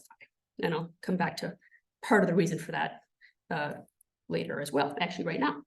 So the chart on the bottom left kind of shows you that SAPI is very committed to certification. I'm not going to get into details because obviously there's some competitive nature of all this, but the chart just generally shows you that we procure a higher percent of certified fiber, including FSC, than the average percent of the acres certified in the states we operate in. This is intentional. This is, you know, very deliberate, and it obviously does come with some challenges for our procurement team. But because we're one of the top 70 companies for global exports, unfortunately, SFI is not very valuable in certain global markets. And so we do have demands for FSC, and we have customers that really don't have any other option. In some cases, PEFC does not have very strong standards. There's been a lot of complaints of corruption of PEFC in Indonesia and Asia, and unfortunately that has hurt the effort to try to promote PEFC. So we're engaged in all those kinds of things, but FSC is critically important to us. The chart on the top right, actually this comes from SFI data. It's in our sustainability report. If you look at it just briefly, the green line is SFI, acres certified. Red line is FSC. Hopefully you can see immediately that SFI has been growing leaps and bounds. FSC has been declining since 2012, and both systems have been declining in the last 2 years, as well as every other system out there. So we are seeing attrition. We are seeing loss of certified acres. I think there's a lot of reasons for this. I think part of it is that the benefits of certification have been realized. I think the focus on logger training, the focus on BMP compliance, the focus on due diligence, these things have been ingrained now. And I think a lot of companies no longer need the annual audits and the certification process to really, you know, adhere to that. I think there's also been, I know there's definitely been increased rigor and cost to the standard and cost to audits and fees to SFI and FSC. And we're not in great market times, right? In terms of just generally economically or in terms of the forest products sector. And landowners have never really received much added value for their certified acres and certified timber, generally speaking generalities, right? And so after 30 years, that cost sometimes can't continue to be borne by the landowner, and they do bear the brunt of most of the costs. So I think that that's part of it. I think the other thing here is that these systems are being, as I said before, it's not the end game in town anymore. There's a lot of customers that don't place value in certification. I think that's a failure of all of us and a failure of the certification systems to not be watching that trend and really advocating for the value of certification. And the fact that we have people that believe that a self-assessment via EcoVadis is more valuable than a third-party on-the-ground assessment by, you know, an FSC or SFI auditor is quite concerning to me. But we are seeing that proliferation and that move away from the trust in the certification process. But all that said, SAPI is very committed to certification. We are agnostic towards which system is better. That's company-wide. I'm not totally agnostic, but when we're speaking to customers, we are agnostic, and we do try to provide whatever is the best tool and the best value for our suppliers and for our customers. We are very engaged. Just last week, we hosted the FSC US board at our Cloquet Mill for a Cloquet tour and for a strategic conversation after that tour around our concerns. We met with the FSC US executive director the first month he was hired 18 months ago in Maine. We've had many other interactions with FSC and with SFI, and we're an FSC international member, we're a PEFC international member, and I've been critically involved in SFI throughout my entire career, including leading national standard revision task groups and serving on the external review panel. So we are very, very engaged at all levels. I believe that all of us that are vested in certification, including those of us in this room, and the certification systems are missing the big picture. We are talking more about risk avoidance and risk mitigation and doing less harm. That's not a compelling story, and that's not the reality. That's a very small part of certification. We need to come back to the fact that certification and responsible forestry, whether you're certified or not, is achieving great results. And we're missing that story. And then we wonder why people don't want to sign up to a 500-page standard when we say, let us help you do less harm. You know, so we're not recruiting new people into certification, we're losing, and we're focusing only on a risk-based story. So that's been part of our push. Company-wide, I've done lots of podcasts. We have, again, a lot of videos. So if you want to learn more, or you're interested in some of the little tidbits I've shared, you can listen to some of these podcasts. I can send the links, or they're up on our webpage. Okay, so I've kind of already hinted at this, and let me see how I'm doing on time here. So I'm going to speak mostly about the FSC concerns, but before I go to FSC, let me also say that certainly, you know, the picture's not super rosy for SFI at the moment either. SFI is losing acres. SFI is getting themselves perhaps distracted maybe on a lot of other topics, including very important topics like Project Learning Tree. But since they took that program over from American Forest Foundation, that requires a lot of effort and investment of resources from SFI. They have an urban forestry program now, urban certification standard that they're promoting. And so, you know, there is, I think, a question out there of who does SFI want to be now that they're an adult, and where are they headed? And, you know, if you're losing your core members, is it the right time to expand into other categories? These are just my thoughts, not SAPI's thoughts. So again, there are concerns with SFI, but FSC is the big elephant in the room right now. And there's a lot of things going on within FSC. I believe we will know the future of FSC in North America in the next 14 months. So within the next 14 months, we will know where the FSC US Forest Management Standard is headed, because that needs to be approved by the end of 2024. The United States is one of the last standards to be revised. It's over at FSC International at the moment. There's been several large group comment letters sent to FSC International from both landowners and chain of custody certificate holders expressing grave concern about draft 3 that was approved by the US board. So I think we will know in the next 14 months whether it is practical to expect FSC to continue. After that standard is approved, there'll be a 12 to 18 month implementation window. So we're looking at 3.5 to 4.5 years. You know, under the current standard. And at that point, again, we'll know what the new standard is going to say in 14 months. So I don't have a crystal ball, but I think we don't need the crystal ball very long, because we'll know fairly shortly here. FSC US Executive Director resigned a week and a half ago. That was very unfortunate. He's been very direct with the FSC US board and has been trying to hold the board accountable really for the first time ever, in my opinion.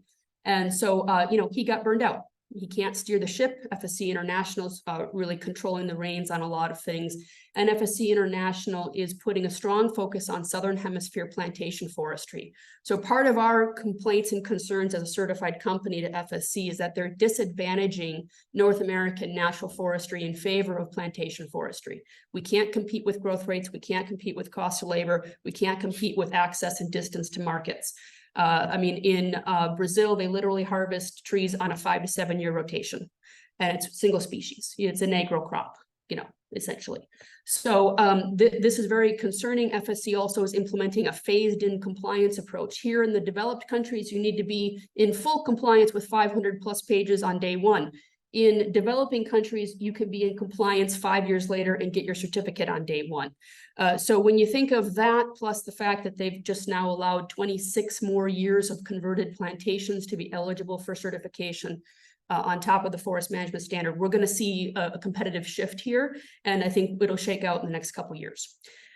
There's always the complaints of administrative burden and constantly changing requirements and all that. And again, I talked about the fact that FSC needs to tell a better story and they need to advocate for their certificate holders.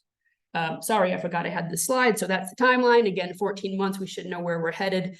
And there were lots of concerns. If you were interested, SAPI did participate in the public comment process. I'm sure Michigan DNR and others did as well who were certified. Lots of concerns about some of the very prescriptive requirements from FSC. So before I go to SAF, I would just also mention that the other big elephant in the room for mills, at least anyone that has any customers that are importing into Europe or directly importing into Europe, is the European Union deforestation regulation, which really came out of the blue. And I think that's frankly, I'm very interested into why our European forest products industry compatriots didn't inform us of this, why some of our governmental agencies didn't inform us of this, but in the industry here, we were caught pretty much unawares by this until earlier this year. It's already been passed. It's already on the books.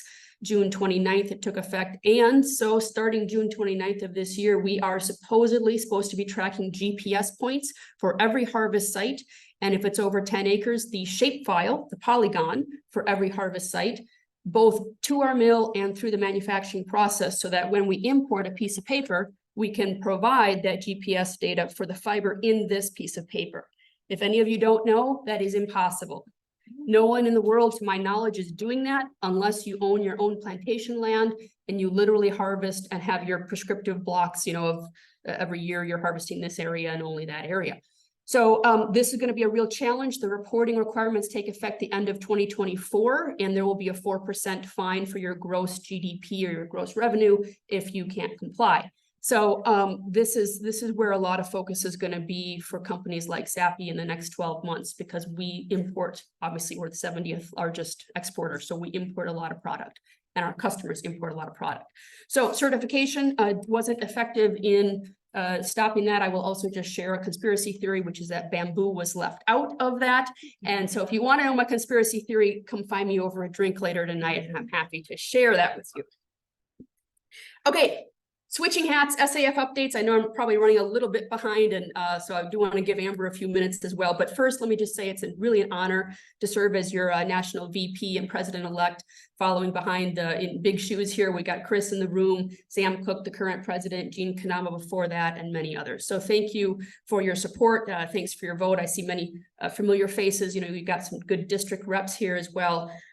So it's been a pleasure already, and I know the next 2 years will be even more work, and I look forward to that and forward to serving for you. And thank you for your service, everyone here putting on this conference, and all of you, thanks for your service in SAF and the profession.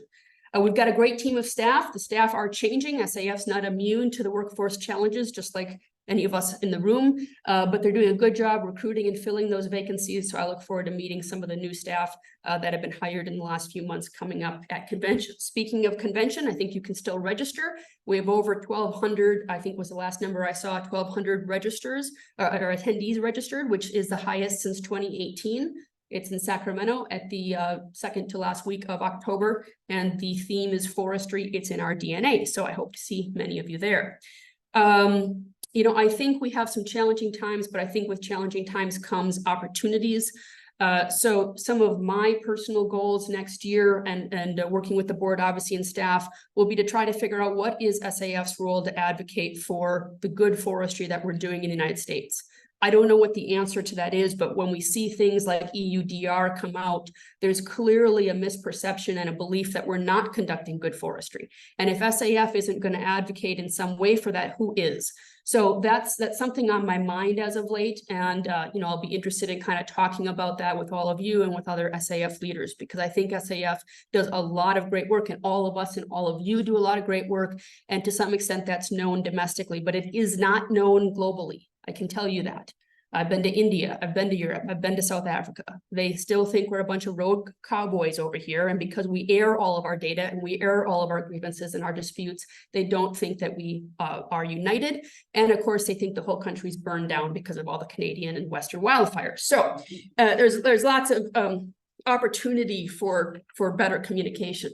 You know, I think in terms of specific updates, we're slightly down in membership, but the bylaws were just amended, the vote passed. So starting October 1, which is right around the corner, we'll be allowing or you know, encouraging affiliate members. So folks that don't have an accredited degree but are working in the broader profession and want to be a member of SAF. So think of people that you can recruit for affiliate membership starting October 1. I think that's quite exciting.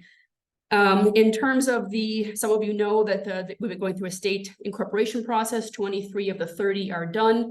So then following that, there'll be some bylaw amendments, but Lori Razor, if you don't know her, she's tremendous and provides as much support as she possibly can.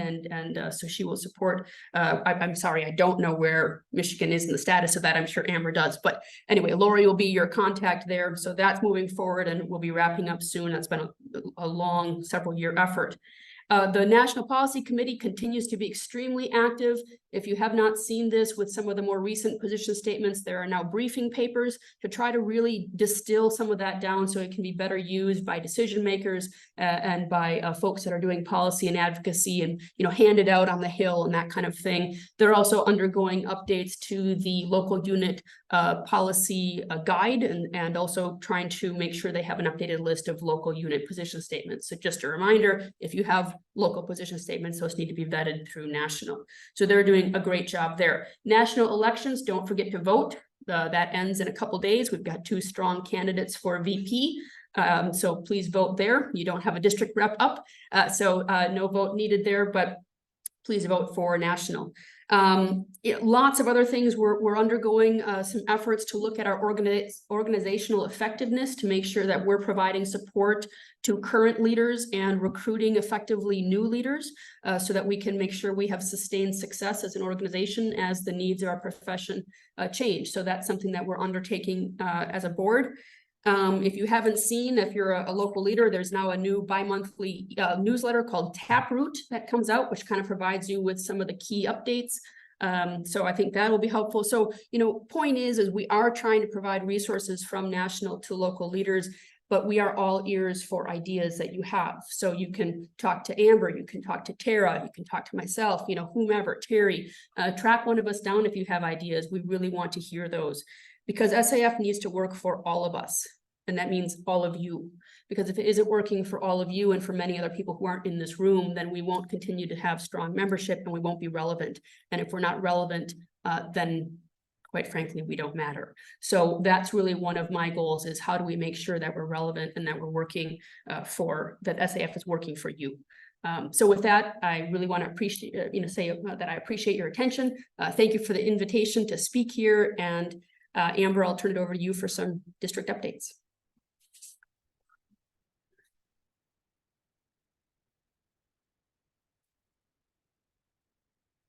I was trying to avoid having to come up here, but here I am. Thanks, Rebecca. For those of you who don't know, I'm Amber Marshall. I previously had the YP role for National SAF in 2022. And then I took over for Tara Ball in the District 5 rep, which will be from 2023 to 2025. And part of that, she actually laid a really good groundwork. I'm not on the campaign trail looking for a replacement just yet, but this time next year I will be because whoever takes over for me will actually be attending the conference or the meeting in December in 2025. So I just want to kind of lay out some opportunities that are out there, both at the local level and at national. I've been probably a participant of SAF now 10 plus years, and it can be intimidating at first, but there's tons of opportunity out there, and especially considering all the students in the room, I highly encourage you to get involved, whether it's professional development or even personal. And I think about some of the barriers, and I actually have a quote from someone at the national level at our last board meeting, and they said, if you think about it, SAF is kind of like a safe place to fail. And at first I'm like, oh, that's kind of cringy, right? Then I'm like, oh, I actually did that because I had to present at the national convention last year, 7:30 a.m. presentation. I went for a run that morning. I was just coming in hot, like hot mess, all jittery from coffee, from my inhaler, you name it. And it was supposed to be a scripted presentation. I had it up here with me, like legit forgot how to read. Got totally off base. It was kind of, I thought it was a mess, but they still let me back up here and they still, leave me a seat at the table. But that is true. I mean, even for Alex, this is like a great developmental opportunity to put something together like this. And it only happens with volunteers. So I highly recommend people to get involved. And with that, if all the local leaders could actually raise their hands for Michigan and I guess national, if you don't mind. Just so everyone in the room can see, if you do have any interest in getting involved, there's a lot of vacancies. Maybe Ben can rattle those off later, but I highly encourage everyone to get to that point if you're at all interested. And I'll just end with, I've had the privilege of going to Wisconsin now, Iowa, and Minnesota, and I'm probably biased, but Michigan is awesome. I mean, when Chris walked in here today, he's like, is this normal? Like 155 people? And it really isn't. I see these other events and this is impressive. So we have a lot to be proud of here at Michigan SAF and look forward to staying involved. So thanks everyone.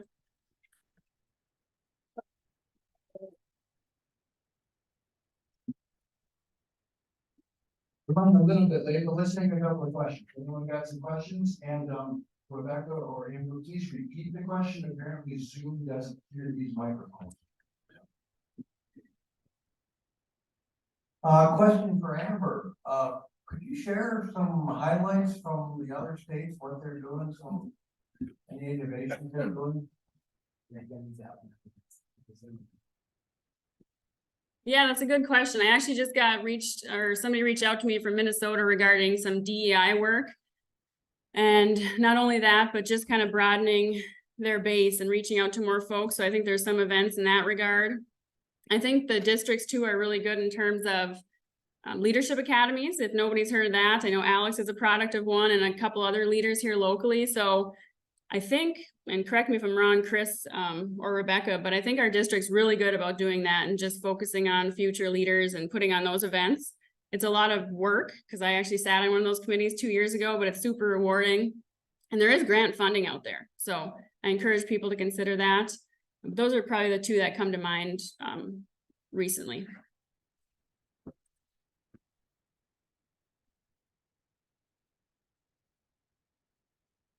Hi, I actually was just wondering, could we like have a show of hands in the room on who's going to national SAF? I just wanna know like what the presence is gonna be like from Michigan. Sweet. Cool, Tech is taking 4 students this year, fully funded and everything. I just, kind of wanna remind people, if you are an alumni from Tech or State, there's like alumni reunions and stuff, be sure to get signed up for those. And, yeah, I'm excited to see all of y'all in Sacramento. So Kraus actually brings up a really good point about the roles that Rebecca and I have too. Some of the perks in terms of travel, I mean, when we go to at least 3 meetings a year, 2 in DC, and then we're gonna have a board meeting in Sacramento. So when you do have this position, it's basically just your time that you're giving up. I mean, they reimburse you for all of your travel and all of that, which I think is pretty great. I have a question for Rebecca. So, you mentioned, correct me if I'm wrong, but you were talking about how you thought certification was really overall was either flattening out or dropping. So I was wondering if you could expound on that a little bit more, and what you think the role of consumers is to either turn that around or why aren't consumers more aware of this? Yeah, so the question was essentially, why is certification flattening and or decreasing, and what are the roles of consumers to, sort of reverse that, if I got that right. So again, I think there's lots of reasons why certification is decreasing. I think that the many of the benefits of certification were achieved in those early years. There's a lot of people pushing, especially in very well regulated countries like Canada and the US, for more of a risk-based auditing approach. Maybe it could be, after you've been certified for 20 years, can you go to a 5-year audit cycle or something like this, because those audits are just very, very cumbersome. The fees have gone up a magnitude of 5-6 times. So the fees that we're paying as certificate holders are much more expensive than they were before. The standards have really changed. If you look at FSC, that's a big reason why FSC started to decline. The Lake State standard was by far the best of the 9 regional standards. Those were merged into one national standard in 2010. They took effect in 2012. Starting 2012, you saw the decline because there's a lot of concepts from the Pacific Northwest and elsewhere that have now merged into a national standard that's over 300 pages that you have to implement on every acre, everywhere, all the time. The stuff from FSC International is really concerning. Right now, there's some core labor requirements that you're supposed to make sure that your workers and your subcontractors are complying with. This violates some union laws that I certainly don't understand myself. I'm not an HR expert. It violates contractual laws. We can't ask our contractors what they're paying and whether their workers are eating a balanced daily diet. This sounds funny, but this is some of the stuff that, globally, right, there are places where they're hiring children and they're not providing good food in these work camps and stuff. So it's a challenge because FSC is a global standard. FSC's done some certificate holder satisfaction surveys, and they found it was something like negative 30% satisfaction from certificate holders. If they were a private company, they'd be bankrupt. That's not my quote. That's executive director from the US who now has just left. And so, I think FSC's been running high on this philosophy that they can solve all the world's problems through a forest management standard. And quite frankly, they can't. And I don't think that's the role, but they've kind of tried to take that on as their role. And as a result, I think they're really alienating and pushing people past the point where it's practical to go. In terms of the role of customers, I think customers don't understand the standard, and they don't understand the costs and the workload that it's going into providing them a certified product, and they don't want to pay more for it. But part of that's because they don't understand it. And I think we've kind of, as forest managers and in the industry, we've just kept our head down, kept trudging along. Okay, we can do this, we can be sure we'll do that. And we haven't really voiced it up through the customer chain. So we are doing that. SAPI is pushing back with our customers. We are removing FSC from some of our product grades. We have over the last 5 years. This is, you can tell that in our marketing strategy. And so I think customers need to wake up and they need to realize that there are costs to what they expect. And I'm not just talking about, financial costs. I'm talking about availability and other things as well. So I also think, however, that customers need to realize that whether it's a certified product or not, that we are doing good work and sourcing responsibly. So that's one of the reasons why SAPI is really promoting the SFI fiber sourcing and certified sourcing component of all of this, because whether we're sourcing from a private, let's say Amber has a forest land, private 20 acres, and we're sourcing from her private forest or from Michigan DNR, we're using the same loggers. The loggers are trained. The loggers are implementing BMPs. We have a forest management plan. We meet with Amber. We know her goals, but we haven't described this process well to global customers, and they don't understand it. Thank you very much.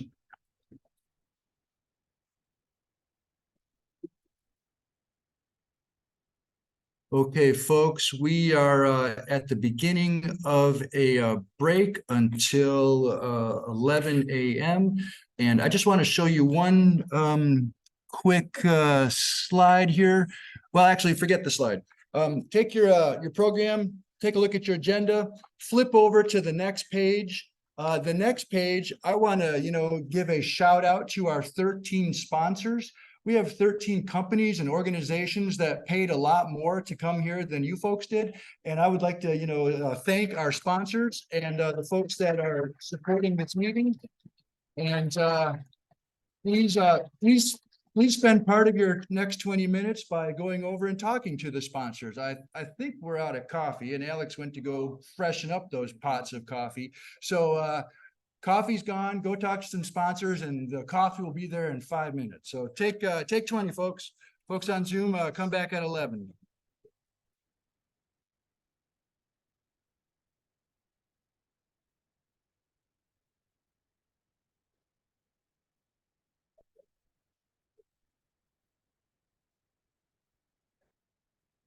Turn that off so you don't have to look at me.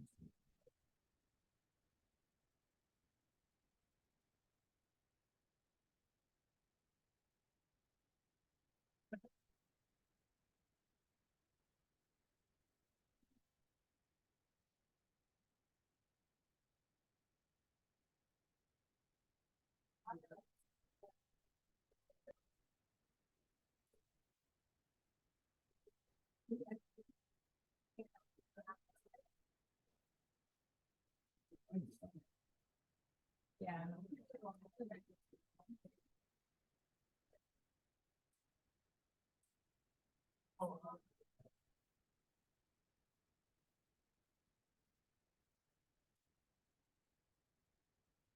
Good. Hey, what's happening, Jerry? Signs for you. Outstanding. Want them in here? Let me get them out from in the car, I think. We take care of it. Yeah. I have no idea what's going on with this silly laptop.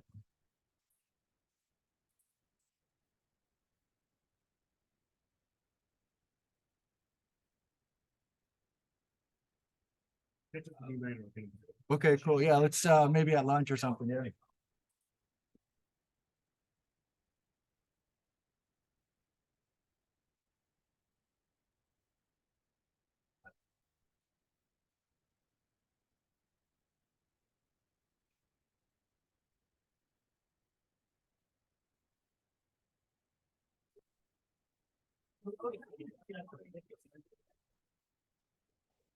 Like the challenge.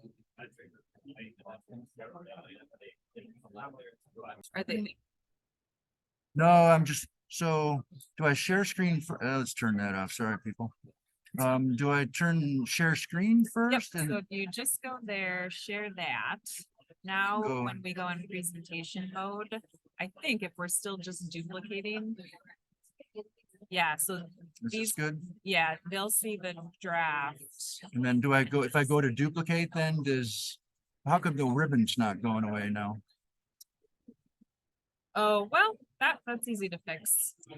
I don't really mind the ribbon. Does it bother you? Quite frankly, It I was think it's hysterical having all the hearts and thumbs. It was pretty funny. It was cutting off Mark's slide a little bit. Yeah. Yeah, click that once. Okay, Duplicate? slideshow swap. We don't want to swap because it's working. But if we swap, it won't be in. No, Are that's you okay good. with this mode here? Yeah. Sure. If Okay. if I think you it's just need notes. arrow and key. can I- Yep, no, I don't need notes. All right, I don't even wanna- think I have any notes. I just, I'm gonna hide this. Yeah. If you don't know what your own slide's about, you know, what do you do? Okay, where is it? I used to. All right, 1 minute warning, grab your coffee, grab a chair, 1 minute warning. 1 minute warning, everybody.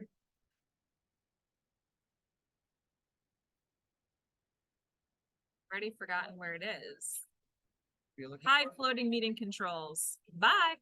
So they can't see, well, they can. There. Beautiful, thank you. All right, folks, I've got 11 a.m. We're gonna get going with our next speaker. Grab a chair. We're gonna get going here, folks. What's that, Russ? You're cold? Oh, my goodness, cry me a river. I'll ask and see if we can turn down the air conditioning. All right, folks, we're gonna get started. I believe Zoom is on and recording. I don't think I have the camera on Zoom, but that's all right. We'll rock and roll. All right, folks, I'd like to welcome our next speaker here. We've got Cheryl Tadea with Trees from Tomorrow. And Cheryl's going to tell us all about the amazing things that they are doing with K-12 forestry education. Cheryl, thank you very much. oh, that's my. Well, thank you. Thank you again for having me here. It's great to kick off this part of today's presentation. Yeah, my name is Cheryl. I am the executive director at Trees for Tomorrow. And before I get started, I am curious how many of you prior to today or any conversations with me have heard of Trees for Tomorrow? Oh, yes. Okay, hands down. How many of you would consider yourself an alumni? So you have gone to Trees for Tomorrow and learned something. Hands up, nice and high. Quite a few. Okay, great. Great. And how many of you are a sponsor of Trees for Tomorrow, either personally or on behalf of an organization you work for or are a member of? So there should be a lot more hands up in the room because we do have Lime Timber. Lime is one of our sponsors. Bill O'Brien's on our board. Superior Woodlands, I don't see Matt right now, but I know I saw you, is a sponsor. And guess what? Michigan SAF is as well. So if you are a member of Michigan SAF, your hand should have just went up. So again, thank you again for letting me just be here and share a little bit update on the impact that as sponsors of Trees for Tomorrow and supporters of really inspiring the next generation, hopefully of foresters, the impact that you have. So again, my name is Cheryl. I'm the executive director, but if you know me, and there's a few people that know me pretty well in the room, I have many, many different hats over the years. I was a student, definitely changed my career path by being a student at Trees for Tomorrow. I was an education intern. I was an environmental science educator for 13 years. I was an operations manager, so basically assistant director. And now since March of 2021, the executive director. So I've worn many hats, but you can also add housekeeping and food service and maintenance and everything else. If you've ever worked for a nonprofit, you know that's how it goes. And the reason why I just like to give that little teeny bit of snippet of my background is for you to know that it's not just my job to come here and talk about Trees for Tomorrow.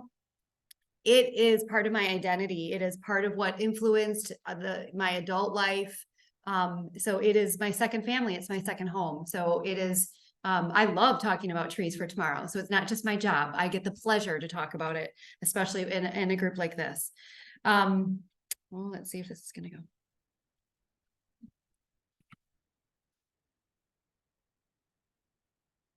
Oh, my slides aren't moving. Is there anyone that can?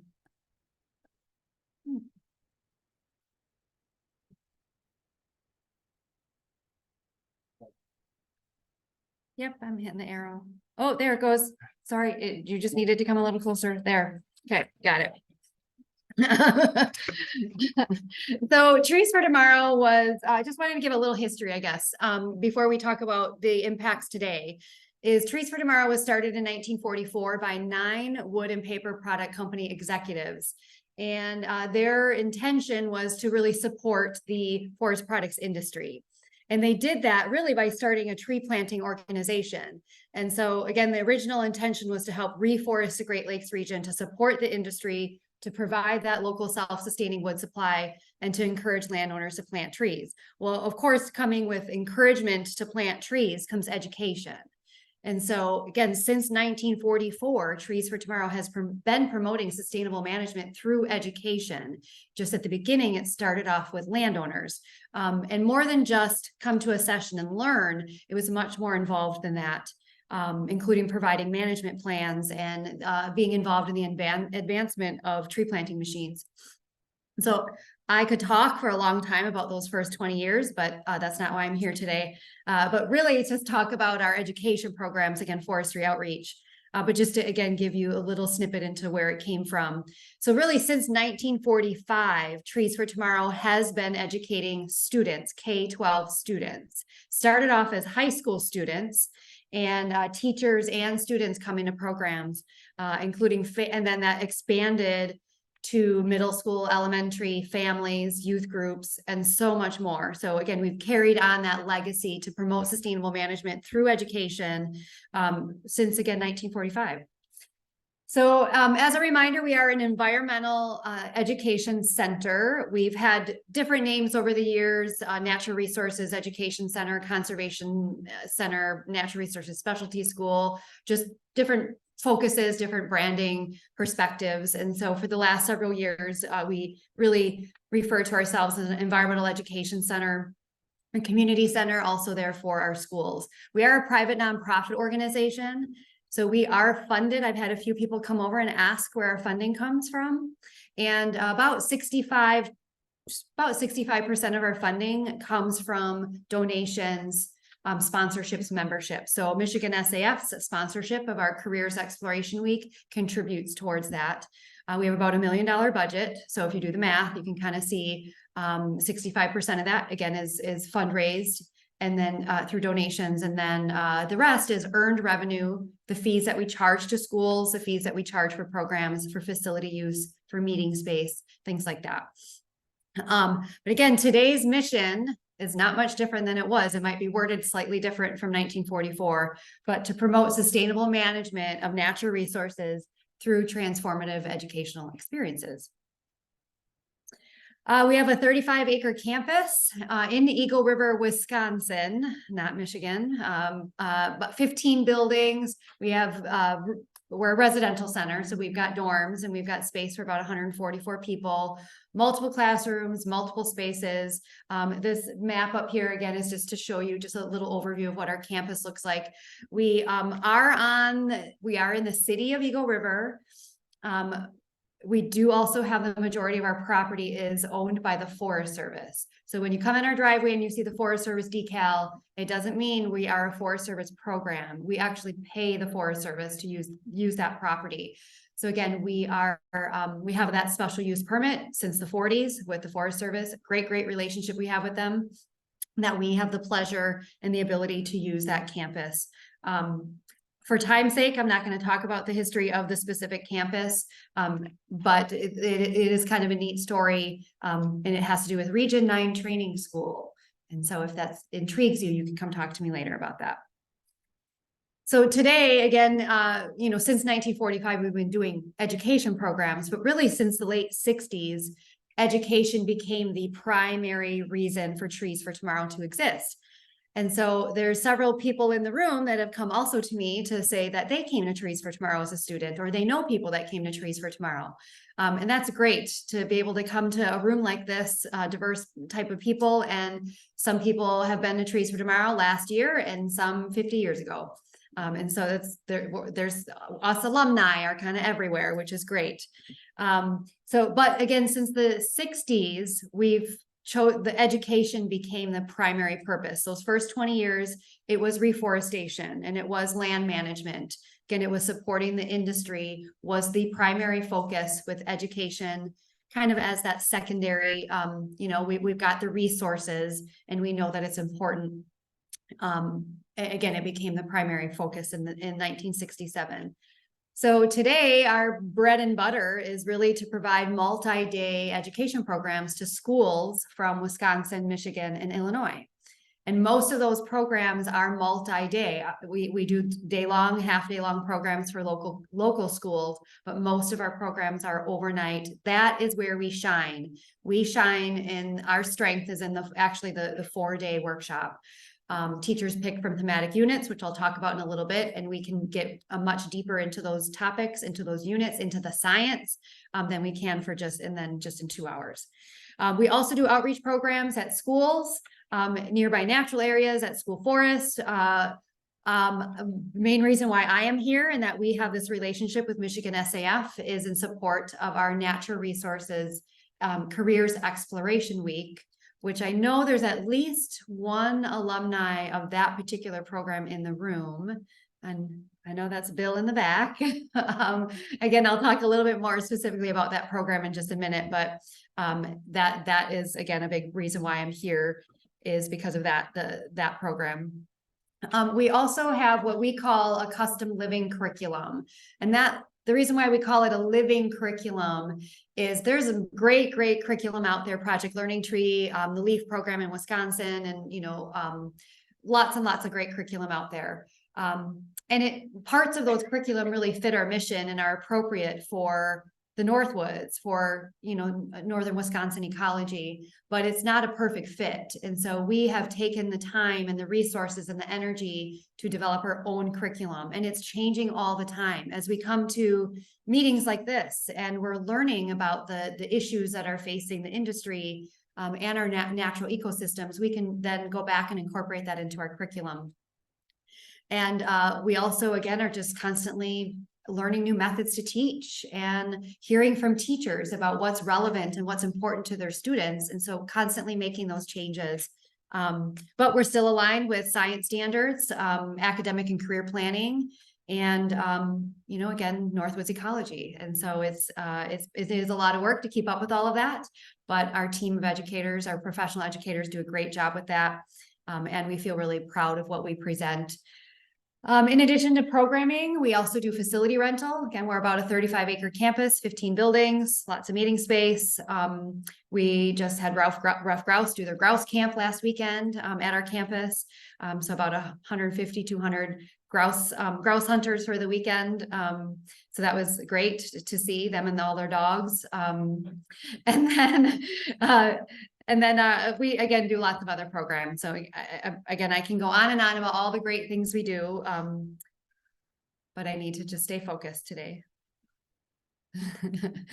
So again, one of the reasons why I'm here is to talk about the impact that you all have, and that experience that is really makes Trees for Tomorrow special. I believe all of it makes it special, but maybe this 6-day week in the summer might be that extra special thing that again we can offer that not everybody does. This Natural Resource Careers Exploration Week's been going on for, I think next year is going to be our 58th year. Started out as a logger training program and then evolved over the years, and now it has become kind of an introduction to careers in natural resources and the pathways to get there, the diverse pathways to get there. And so we do target high school sophomores, juniors, and seniors. And again, it's 6 days held out of our campus in Eagle River. Once the students get to our campus, we take it from there. We get them out to the field sites. We get them interacting with resource professionals. There's a few professionals in the room here that they do interact with during that week every year. So thank you for helping to continue that legacy. They're not just sitting in a classroom learning what a forester does, or learning what a wildlife biologist does, or learning what a conservation warden does. They are hands-on, getting a mill tour, getting out to a logging site, not just watching a logger, but actually talking to the logger, talking to the forester, talking about forest management plans. So again, going through and hearing their stories about how they got there, what advice they might give to younger people maybe thinking about that pathway, that career. And so it's really great to hear the stories from those students about that experience and really the life-changing opportunities that can come out of that. Almost every year we hear students say that, well, I really like animals, so I thought I was interested in wildlife management, but then I learned how hard it is to get a job, or then I learned that it's a lot of research and computer work. And so, you know, that experience gives them that opportunity before they get too far in to really learn about what the job is really like. And I'm sure there's aspects of every job that is not perfect for everybody, but hopefully we can inspire and at least get them more informed on what sort of opportunities there are, what pathways to get there. Even those hard questions like, how much money do you make? So those questions that are good for kids to know, that are good at that age for high schoolers to know. And so in order to make that happen, we do need sponsorships. And so that's again where Michigan SAF, and then we have multiple other sponsors that do directly support this Careers Exploration Week. So in 2023, we had 16 sponsors, and we raised more than $29,000 in sponsorships and program fees for that. And so not one single student had to pay our full cost. So it costs us about $750 per student for that week. We charge no more than $200. Some kids paid $0. So it's something to be proud of, that you were all a part of that. That impact, that legacy, because again, students at the end of the week said, man, if I had to pay, there's no way I wouldn't be here if I had to pay $750. There's no way my family could afford that. So again, that sponsorship is really important to ensure that those students have that experience. I have flyers, plenty of flyers for this program sitting on the table. So if this is something that like, oh yeah, I have a connection to some schools, feel free to pop over, and I have plenty of flyers for you to share. Or you can just go on our website and make sure you share that link with teachers or students that you know. Again, our core program really is during the school year, even though, you know, I'm really proud of our Careers Exploration Week. Our core program is those school programs, those multi-day overnight programs. That's what I experienced in high school, coming from the suburbs of Milwaukee, first time north of Highway 10, if you know northern Wisconsin, or central Wisconsin. And again, it was a life-changing experience for me, impacted my career choice. It influenced me to go into environmental education because I realized how I learned best was through experience. And so I was like, I want to be a part of that. And so it's really exciting to be in the position that I am now, to be able to continue to talk about and be able to work with schools and teachers to get more students to Trees for Tomorrow. So as I said, we work with elementary, middle school, and high school students from Michigan, Wisconsin, Northern Illinois. All of our other programs draw from around the country, but specifically these programs draw from our 3 states here in the Midwest. Again, I had mentioned the living curriculum, so we focus on applied science. The one thing that we like to say is, science doesn't stop at just knowing that a maple tree has opposite branching. It's what you do with that information. It's what you do with that experience and how you apply it. And so you can go to any environmental education center, and we all have similar core programs. But do they all take it to that level? I don't know. Maybe some of them do. But in 4 days, we can get pretty far into forest management or wildlife management. And so when students experience it and they can apply it, it gets converted to sticky learning, which is a technical way that they remember it more. It's more impactful. And so that's exciting that we can have that influence. We are accredited as a school. So we are recognized no different than your neighborhood brick and mortar school. We get that third-party certification. You guys talk about FSE and SFI, and we talk about Cognia, who accredits brick and mortar schools. So they look at our curriculum, our educator credentials, how we operate financially, how we communicate to our stakeholders. And so that motivates us to continue to do ongoing assessments so that we can report data out to them to show that how many students we reached, how much they learned, what sort of impact we can make. And so we're constantly doing assessments. And we just came out of our accreditation review, so we're good for another 6 years. So that's exciting. So thematic units. forestry is right there, forest systems, forest management, especially at the middle school and high school level. Water systems, winter science, wildlife, energy and climate, and it keeps going, recreation, outdoor skills. But these are really the core units that we teach about. And again, we teach the science behind all of these topics. We teach the science of nature. At the elementary level, it's more of the science of nature, getting students just intrigued and excited about nature and being outside and exploring and making observations. Then when we get to middle school, we can now start to get a little bit deeper into the science. And then obviously once we get to high school, we're getting a little bit further and then incorporating that career readiness into that as well. So this slide makes me a little nervous showing this to a bunch of foresters, I'll be honest, a little intimidating, but this is really the outline of our forestry curriculum. And we have involved foresters in the development of it. We have a forester on staff, one of our educators, and we definitely have reached out to our partners and again, our supporters to help us develop this curriculum. This is not all of our forestry lessons, but this just gives you a snapshot. If a school is coming for 3 to 4 days and a middle school teacher says, I want the land use unit, which is our forestry and wildlife unit kind of merged into one, they're going to start with intro to science skills, which is again developing observation and data skills, tree identification. So this is again where we all want kids to learn what a maple tree looks like, you know, how to identify it by a leaf or opposite branching.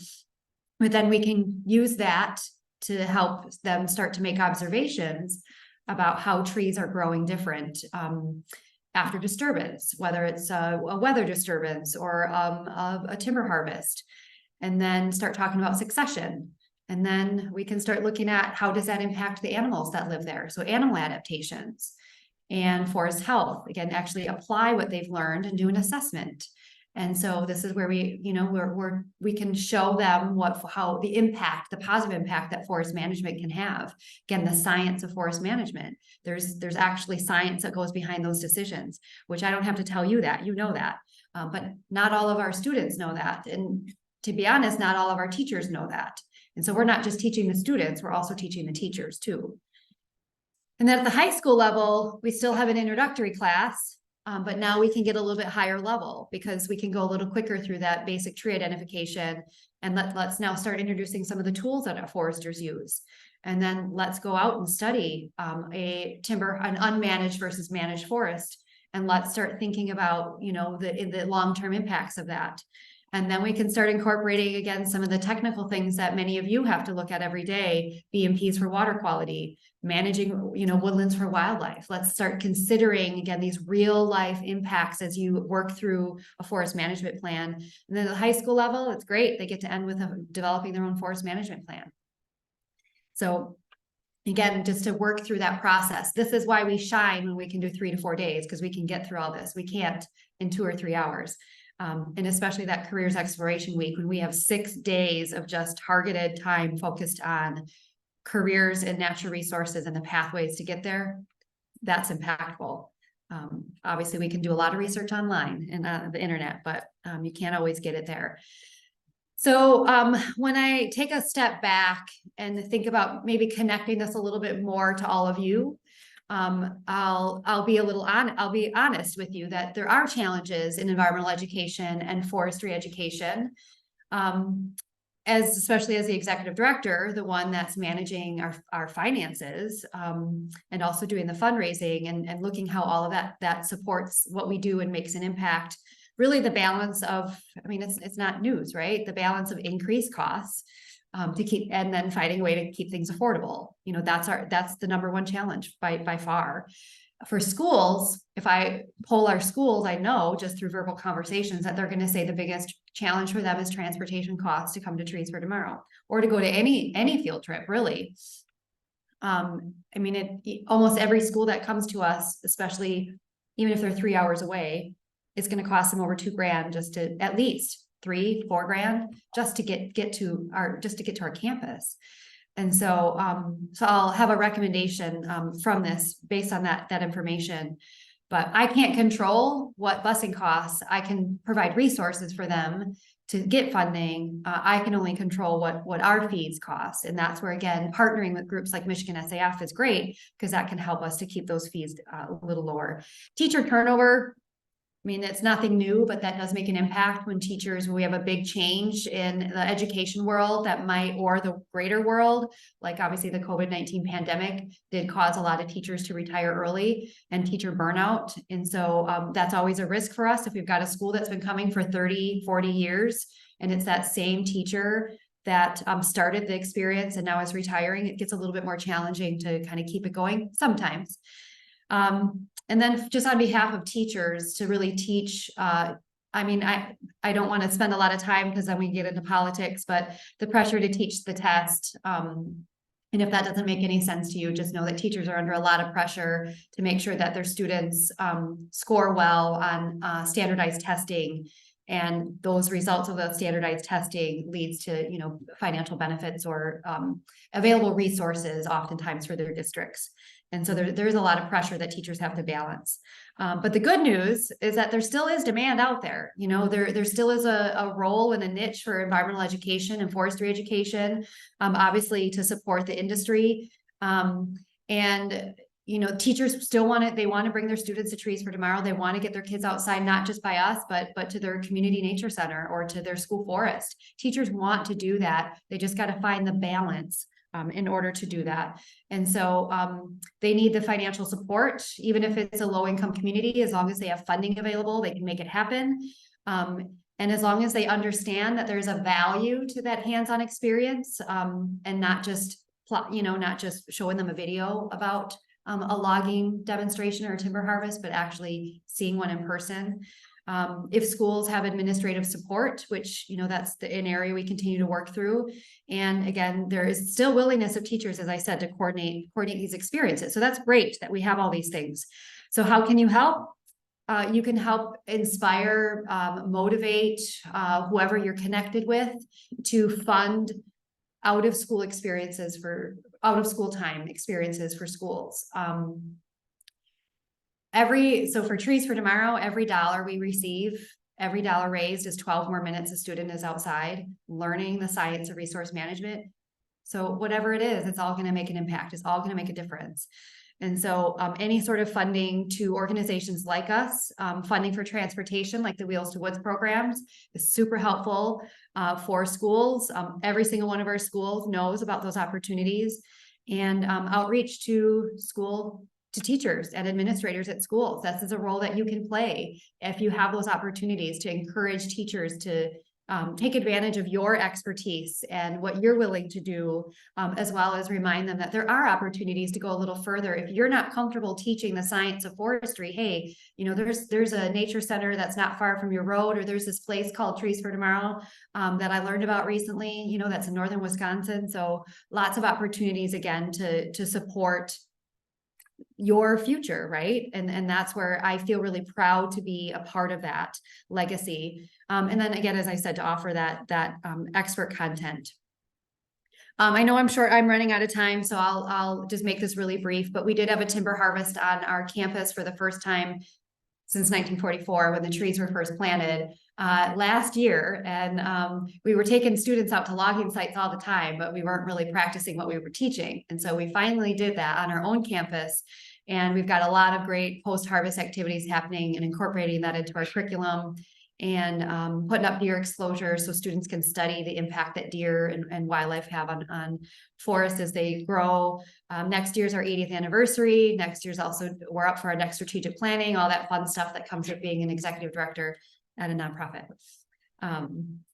And we are bringing back, this didn't load quite right, but Forest Fest, which is a large event, one-day family-friendly event to celebrate and recognize the impact that the forest industry has. And so we have sponsorship opportunities for that day, as well as exhibiting and demonstration opportunities for Forest Fest, July 27th, 2024. And other sponsorship opportunities, of course, we're a nonprofit, and we're always looking for support through our golf outing. That says Natural Resource Careers Exploration Week. It really does look nicer than that, but it's not showing up on the screen. And so with that, I can talk here for hours, but I will respect your time. And I think I have a minute left, so 2. So that's what I got.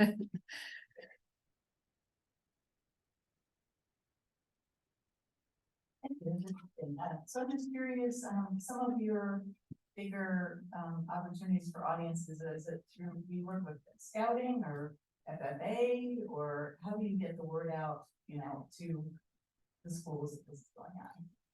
Great question. So we do work with the ag ed, ag ed programming, FFA. We work with, we go to science teacher conferences, we do mailings, we word of mouth, referrals, all that stuff.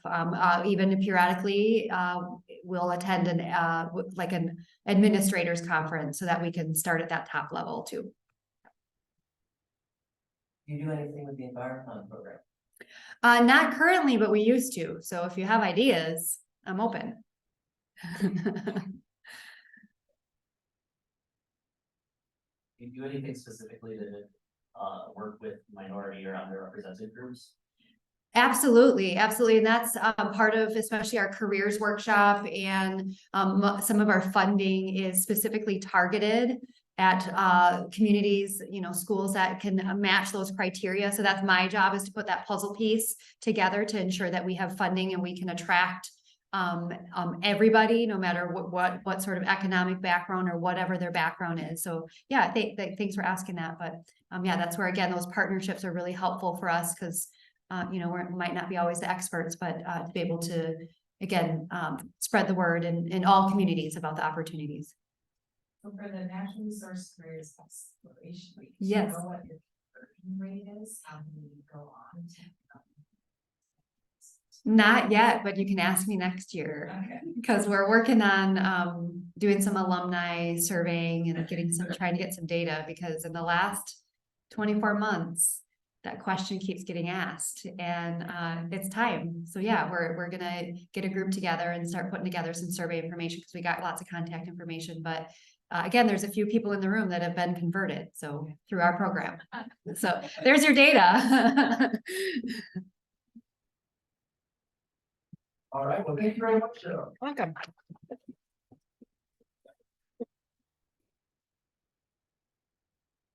I believe Ben Schramm is next. Let me fumble through another transition here, Ben.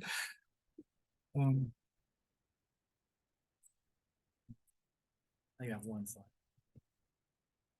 You actually got a couple slides. So might create it for me. Yeah, we'll see how that works out, huh?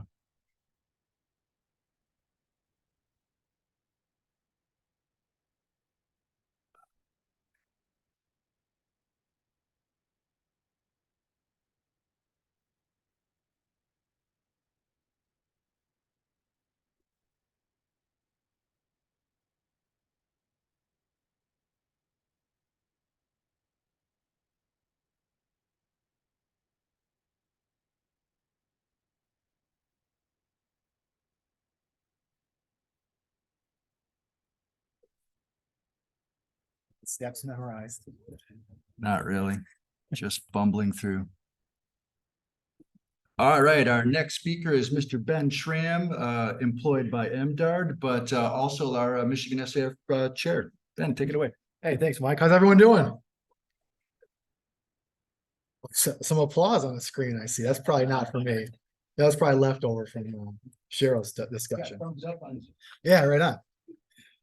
Hey, first of all, how about a round of applause for, talk closer to the mic, closer to the microphone. How about a round of applause for the programs committee, especially Alex, for putting this thing together. Thank you so much.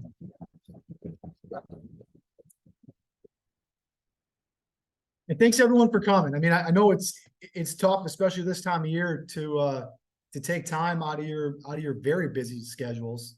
Especially those of you that work in the woods. It's pretty incredible that we can attract this level of participation from our forestry community. So kudos to you guys. And again, kudos to the programs committee for continuing to deliver on just high quality events. So we're not going to go into such specific detail. You can see kind of our Michigan SAF budget right up there on the screen. You can see what we approved in that middle column and then what we've spent to date. You know, we set this budget in December for a year starting January 1st, and we think we got all the best ideas already figured out in December, and then things start happening, right? And then we start spending money and ideas come up and new projects and new opportunities, new partners. And so things can get kind of moved around. We have that flexibility within our policies and procedures to do that. Here's the moral of the story. Hey, we got money. Our limitation in Michigan SAF is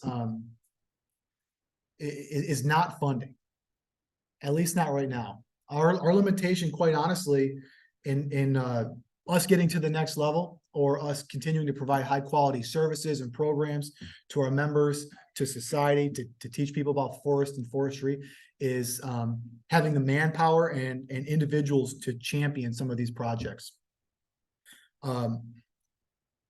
So as members of our state society, if you have creative ideas or solutions that you are interested in taking charge of, taking the reins on, no matter how big or how small that might be, we want to hear them. The state society board wants to hear them. We invite you to come participate in our board meetings. But if you got a half-baked idea for something that you want to do to further our society along, advance our strategic plan, provide better services to our membership, we're all for it. We have the ability to support you in that. And oftentimes, you know, finding help necessarily isn't the issue. It's just having someone who's willing to take direct responsibility and to be the champion on some of these efforts. So that's kind of my call out to the folks in the room and all the folks at home in Zoom land. There are opportunities in Michigan SAF for you to grow and develop as a professional. So don't let funding be a challenge to you right now. Maybe there's an opportunity then to jump into some of the committee chair seats. I've mentioned this in the past. Michigan SAF board is structured in an interesting way where each seat on the board outside of our at-large members, each seat on our board is assigned a very particular topic. So we have a nominating committee chairperson and a membership committee chairperson, communication chair, and a newsletter chair. These are all positions that are written directly into our state society bylaws. And the idea is that as a board member in that seat, you'd kind of take responsibility for that sector of the state society.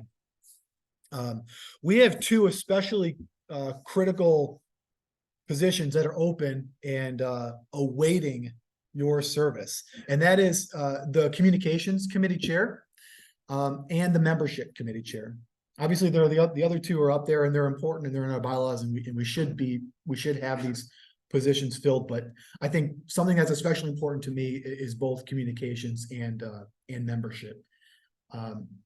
Membership especially because in Michigan SAF, we see similar trends over time. We have over time that the national SAF sees, that other state societies in our area sees in decreasing membership, decreasing participation. Folks that were members are letting their membership lapse and not renewing for, a variety of reasons. And my hope is that a membership committee chair could start to get a bit of a handle on this. Start reaching out to those folks that are, whose membership have lapsed within the last 5 years and say, hey, we'd love to have you back. Why didn't you renew? Sometimes we find that it's as simple as I forgot. I think it was earlier this year or maybe last year, I sent out a kind of a one-page letter to some of you probably in this room for memberships that had lapsed in the last 5 years. SAF does a great job nationally keeping this database record for us. It's an easy list to pull. I just said, hey, we'd love to have you back. Noticed you remember the past. You're not now. Anything we can do to win you back? And like 75% of the people said, yeah, I just forgot. Here's my membership. Willing to do it. But that takes manpower, right? That takes human power to do that, to write the letter, to generate the list, to go on the website, generate the list, and kind of lead some of those efforts. I think that membership position is ripe for opportunity within Michigan SAF. The other one is the communications committee. Kraus has done communications for us for a couple of years now. Seems like longer than that. Kraus has done it for a while, and they've requested to step down to take care of some other duties. Still want to be involved, but not necessarily at that level. Communications is especially important, I think, in Michigan SAF, because we've become very accustomed to having a very wide network within our state society, having robust email communications throughout the year. In the past, we've had a tremendous newsletter that was very helpful in not only highlighting our members, but also helping keep folks aware of what is going on in the greater forestry world in our state as well as nationally. And Kraus had done an exceptional job in beginning some of those efforts or continuing some of those efforts. But it's just time for the next person to step up. And so if talking to people or communication in any regards is something that you are remotely interested in, please have a chat with myself, anyone else on the board, have a chat with Kraus to see what the reality of the position is. Because that can be a tremendous way. I've said that word too many times. I got to think of new words. What was that? That can be an impactful way to contribute to your state society, as well as develop some leadership skills and leadership opportunities as well. There are lots of opportunities at the state level as well as nationally for leadership opportunities. And Amber, maybe you can talk about that in a little bit. But this is just one more opportunity to really hone those and get yourself ready for maybe something larger. Let's talk about incorporation a little bit.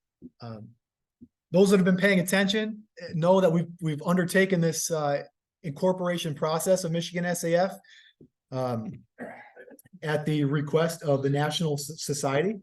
And happy to report that we have finally completed our incorporation process. So round of applause to everyone that voted. Yeah, shout out to voters. Hey, we weren't the last state to incorporate, but it was close. It was close. And I say that a little bit joking, but I think that in some ways I was kind of proud of us for maybe not just jumping in with both feet with limited information. I thought we did a great job in asking difficult questions, trying to forecast scenarios into the future, and to really understand what it meant to be an incorporated entity in the state of Michigan and what responsibilities that came with, especially as a board of directors responsible for the success of this new corporation. So our next step in that process, and really kind of our last step, is to do a revision of our bylaws. We have new articles of incorporation. They're pretty good, but pretty vague. Probably 90% of our bylaws are pretty good. We just did a recent revision in 2017. Some of you guys might remember that. Something like that, 2017. So they're pretty good. They're not perfect, but this is an opportunity to incorporate some of those things that have to be in there because of our new incorporations, or new corporation status, as well as a chance to just address some of the hurdles that we've come across in bylaws related to quorums and related to the makeup of our state society board and participation and membership and all those sorts of things. So really a chance to grow as a state society, but I'm really happy that we're done. We've crossed the finish line on that one for the most part. Let's talk about policy statements next. Our board, like I said, our board met at the library last night, and we talked quite a bit about a letter that some of you may have read in a recent email from the DNR. I think the series is called Spotlighting the DNR, Showcasing the DNR, sorry. And Chad Stewart, who is the deer, elk, and moose specialist for the Michigan Department of Natural Resources, penned this open letter to Michigan deer hunters.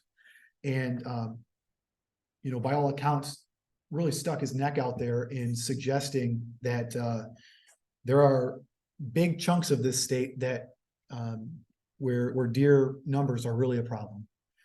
Really taking the approach of kind of a population health, deer herd health standpoint, not a whole lot on the stuff that we maybe really get concerned about on the ecological side and forest health side, but nonetheless, said some things that, according to our deer position statement, really needed to be said. And that's not going to come without backlash from stakeholders, deer hunters across the state, and maybe even some other conservation organizations. So we decided as a board to show our support and to stay a part of this conversation to Chad, to the Department of Natural Resources, who, I work in government. I know how these things get approved. So he wrote the thing, but his chief approved it. The director had to probably approve it. The spokesperson, the comms people all had to approve that thing. So we're going to write a letter on behalf of Michigan SAF saying thanks for saying what needed to be said. And here's our position statement on deer and deer management, which if you haven't read it, that's pretty good reading. It says some pretty radical things in that statement. I'm sure some of you have already heard about that from others. But I think that's just another way for Michigan SAF to stay relevant, stay a part of the conversation on our state issues, and in this case, be an advocate and not necessarily an adversary for Department of Natural Resources and the decisions that they're making. I think this is a good opportunity for us. The other thing related to policy statements or position statements is this notion of a 30 by 30 initiative. Show of hands out there. Who's heard of this Biden administration 30 by 30 initiative? About a third of you, 30% of you, 30 of you. That works out. 30%. For those who don't know, I think back in early 2021, President Biden put out this executive order that basically said that, we need to protect 30% of America's land and water by 2030. Not a lot of direction on what that looks like or how we do it, and who ought to be a part of those protection efforts. We know that the Michigan DNR and in other capacities are sort of working on how that applies to Michigan, really taking the reins on kind of a Michigan 30 by 30 and convening stakeholders and having these conversations about what 30% protected means in Michigan and how that works for Michigan. And there was some discussion again at the board meeting last night that Michigan SAF really ought to be a part of this conversation as well. It's unfortunate, but not not all hope is lost that we haven't yet been invited to the table, because we'll just invite ourselves to the table. This is primarily a forestry, in my mind, this is Ben talking, primarily a forestry issue. It is, protecting Michigan's land and water. But when you really crunch numbers, this is primarily a forestry issue. And it only makes sense to me, and I think to the board members present last night, that Michigan SAF be a part of that conversation, since it is a forestry issue. So, pay close attention to Emily Clegg's presentation later on, where she's going to answer all of our questions about 30 by 30. But definitely look for more on this from us and from the Michigan DNR. This is a place where we can play a role and, again, be relevant and really matter as part of this conversation. If you have questions about that initiative specifically, I know there are a handful of folks in the room that have done a lot more reading on the topic than I have and have really poured over the data. So I know Mike is one of those, and there are a handful of others. So find someone, ask around if you're really interested, because it is kind of an interesting concept. I think the last thing I'll mention before we do awards is well, we have sort of student mentors up there, but it's really, at least in its infancy, an opportunity to set up some job shadow opportunities within Michigan SAF across members. We can't take full credit for this as a board. This was definitely the brainchild of Ellie Johnson, our state society secretary. But I think there's been this recognition that there's more that we can do as a state society in opening up our truck door and letting some students in to figure out what all the facets of this profession really entail. And so this will be an opportunity for students to forestry students and others to sign up as willing participants in a job shadow kind of a opportunity, as well as state society members and practicing foresters to sign up as willing mentors or job shadowees, or I don't know how you say that. Open up your trucks and let people ride along for a day and figure out what it is that you do as a forester in your particular job. The details of this program haven't totally been fleshed out, but that's basically how it's going to work. But what we do have right now, what we do want to do is start to collect some interest. So I would expect that all 33 students in this room would come over and see Ellie and sign the paper with your name and email. But also the other 120 of you that are in here that are practicing professional foresters in one capacity or another. See Ellie, sign your name and email on the list as someone who's willing to host somebody for a day. We'll provide some guidance on what that looks like, what it shouldn't look like. A lot of my job is answering emails. And so I can imagine that's not terribly exciting for a student to just like kind of sit behind my cubicle wall and just like listen to me type away. So we'll provide a little bit of coaching on what a successful job shadow might look like. I'm sure there'll be some level of evaluation afterwards. No real commitment of long-term relationships. This is just designed to be a really simple program to give student members an opportunity to do some job shadowing. I think this is a tremendous opportunity. I said it again. This is an exceptional opportunity for to really demonstrate value in our society, especially as a student member. Where sometimes I think it can be a lot of questions like, why would I be a student member of SAF when I get all the benefits of being in the my forestry club and all those sorts of things. Well, here's a very tangible opportunity. Before we do awards, I just wanted to take at least a few minutes just to open it up. We'll do questions just like the other presentations. If you guys anybody has thoughts for us, myself as chair, the rest of the board is here as well, or the majority of them are here to answer questions. Any harebrained ideas that you have for things we ought to be doing, let's just open it up now and talk about it. Georgia was primed. And another thing. Maybe not something to talk about now, but before the pandemic, I think there was some talk about reviewing and revising the green book. And I still get questions and queries about, people want it in print.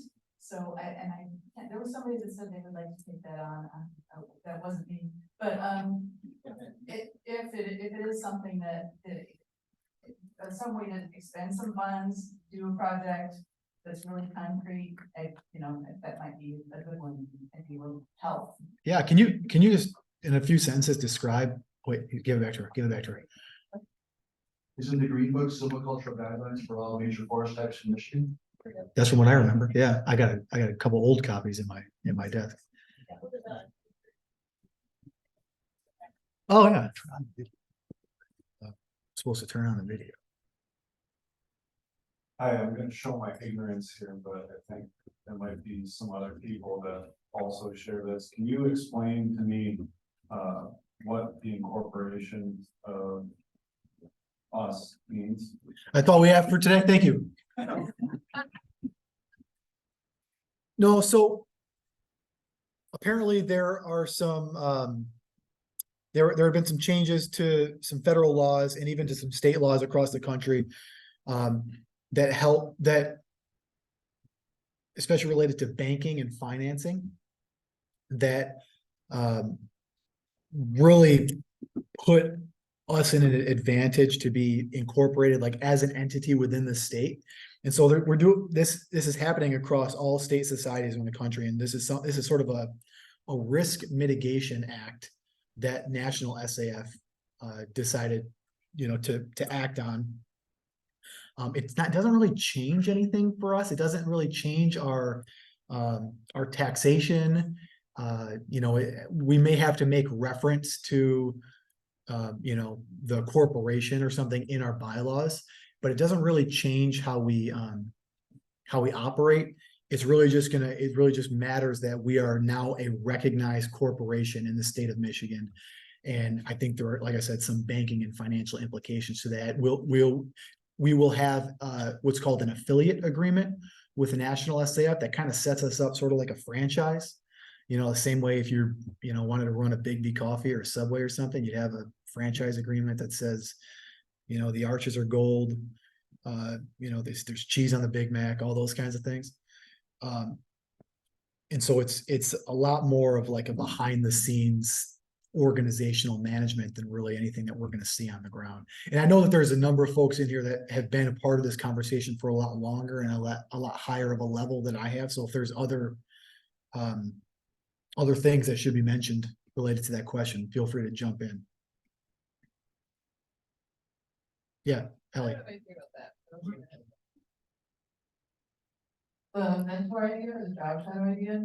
So at the moment, I'm just gonna put a notebook here on the table. One side is for Michigan SAF members who are interested in allowing someone to hang out with them for a day. I just want your name and your email. And then all the students come find me and I also want your name and email, and I'll send you a little more formalized to both parties. A more formalized like survey, asking you a bit more information like what your job title is and what you do, like what county you work in. And the idea is I'm gonna get like contact information and some basic information like that from both students and members that are interested. And I'm gonna swap that information to both those groups. I'm gonna probably put it on the students to connect with the professionals if you want to hang out with them, right? And the timeline for this is to have these surveys and collect information like this fall to be able to share between those folks, to maybe start hanging out with people over winter break or into the spring semester. So ideally you can start meeting people that you may be hiring next summer, right? So that's the timeline as I see it, right? But so for today, it's really informal. I just got a notebook here that I could use your name, your email to do those next steps. So thank you. Thanks, Ellie. Yeah, Bill in the back. Just an idea for the board to consider talking about membership, and the mentorship is fantastic. But going back, it's like 3 decades now. When I was a student at Stevens Point, we took upwards of 25 students every year to the national convention. And as Cheryl was talking about having a transformational experience at Trees, that was that kind of experience for those students where you're on a big scene, you're a big deal at the national convention, and you see what SAF is. And when I went to Oregon cross country trying to find a job, every one of my opportunities was directly related to my relationships and my networking through SAF, and I immediately saw the benefit of membership, and that is stuck through the career. So if we want to build membership, financial looks like we're doing okay. We might want to think about investing more in the students to get more international. Yeah, thanks, Bill. That's a great point. We have over the last few years provided some funding to the clubs and the student chapters for attending Michigan meetings. But I don't know that we've done anything specifically targeted at the national convention. I think it's a great idea. Anybody else? I'll be around.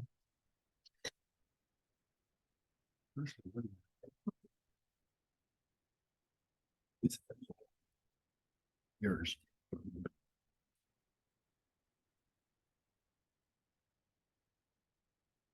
Please hold. Talk amongst yourselves, maybe. I don't see.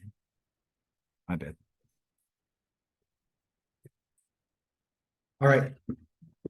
I'll do one here. I think Mike is going to do the next one. Here at Michigan SAF, we have primarily 3 awards that we try our best to hand out annually for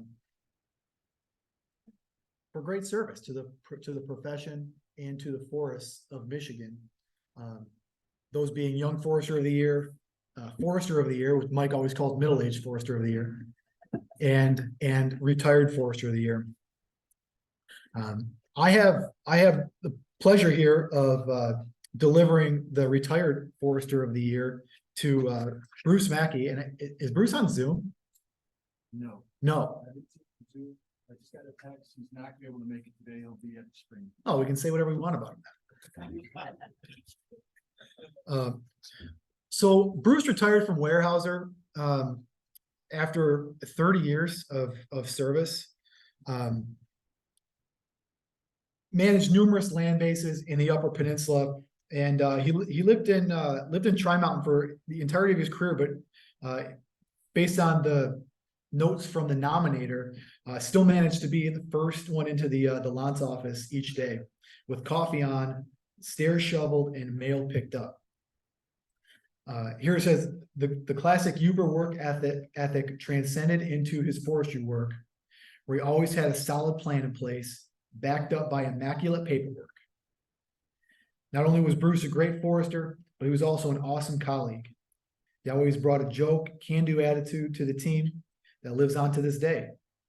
One of the many noteworthy achievements of his career was helping to protect Lake Pearl near is it Painesdale? Man, I feel embarrassed that I didn't know that town. Don't tell anybody.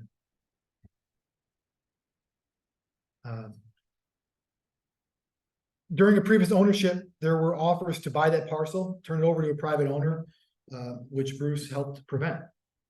The lake continues to be a public local attraction, to be a reprieve from the heat during the summer months. It's only a snippet of the reasons Bruce is deserving of this award, and those of us who were lucky enough to have worked alongside him were overjoyed to see his recognition from our anonymous nominator. So congratulations, Bruce, for Retired Forester of the Year. It sounds like Bruce will be around in the springtime, and we'll make sure that we find a way to recognize him at that point, or otherwise get the plaque to him before then. Hey, yeah, go ahead, Mike.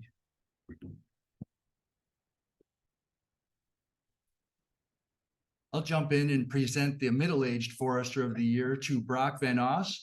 Brock is a consulting forester in Crystal Falls. Brock is not able to join us today. Brock is taking his family down to Green Bay to watch the Packers lose to the Lions tonight. And because he's having an important family day down there in Green Bay, he can't join us here today. I'll actually see Brock next week. I'm going to a field day that Carly is hosting at Forest Park Schools in Crystal Falls. Brock does work with that school for us. I nominated Brock because I really appreciate the work that he does as a consulting forester, working with traditional family forest landowners, but he also goes over and above working with school forests like Crystal Falls, Forest Park in Crystal Falls. He also works with North Dickinson School Forest, where he's alumni. And the thing that I really appreciate about Brock as a forester is that he also invests a lot of time in loggers, in helping loggers be better loggers and be better at the work that they do in the woods. And those of you that, are out there working in the woods, we know that, where the rubber hits the road is the quality of the logging. The logger operators are out there, and Brock works with FISTA in Wisconsin. He works with Timberman here in Michigan. He works with the Master Logger program in Wisconsin and in Michigan. Justin and Brock and I have a couple of dates on the calendar to go try to recruit more master loggers in the southern part of the Lower Peninsula, where there are 0 master loggers.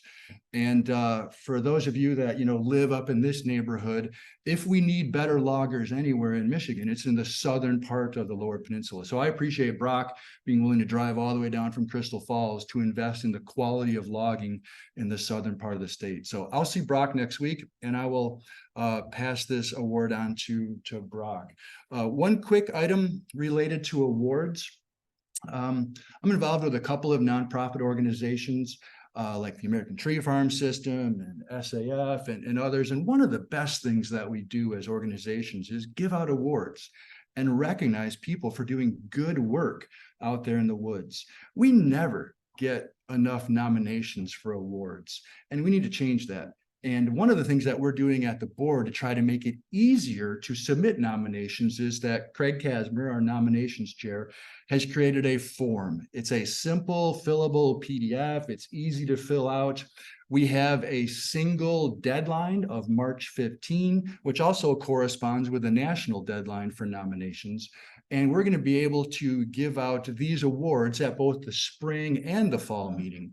Whereas for the last 10 years or so, we've only given out the award at the fall meeting. And last year or a couple years ago, we gave an award to a forester that lives in Holland, and they had to drive all the way up to Escanaba to get their award. So please get a hold of Craig, get that PDF, nominate young, middle-aged, retired foresters. It's one of the best things that we do as a society is to recognize good work in the woods and brag about the cool things that they're doing. And quite honestly, that gives us an opportunity as SAF to do a little shameless self-promotion and put out a press release bragging about our members doing great work and increasing recognition for the society. So I would, please let's recognize our award winners, this year. But you have an assignment, all of you, please get that nomination form from Craig Casmer and nominate some foresters that are working in your neighborhood that are doing good work.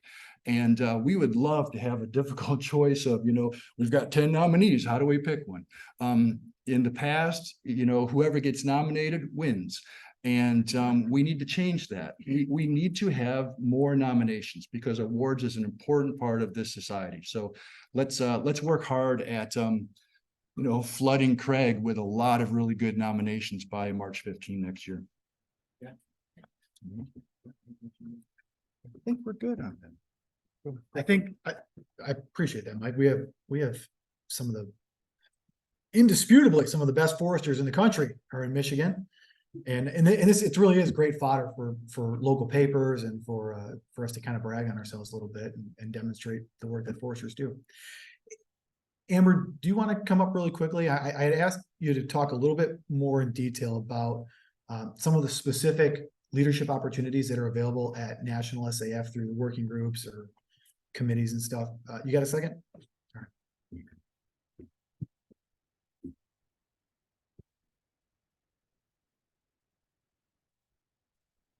All right, so when he asked me to do this, I conjured up a quick list. But if Rebecca, Chris, or Tara hear anything that I missed, just feel free to chime in. One thing that I didn't even hear about prior to taking my role in the national level was working groups. It's kind of like an unknown area, pretty significant though, and there's a lot of them. And what it consists of is folks from across the country kind of coming together for various things, whether it's silviculture, DEI work. I think Kraus, you're pretty heavily involved in the DEI stuff. And I know I even creep on some of the silviculture work that folks are doing in the working groups, and it's kind of neat. There's a lot of resources, really good people. So that's one thing for sure to consider. And I'd be happy to get you, in touch with folks that can kind of, if you have one thing of interest, just let me know and I can reach out to the board to see who a good point of contact is for that.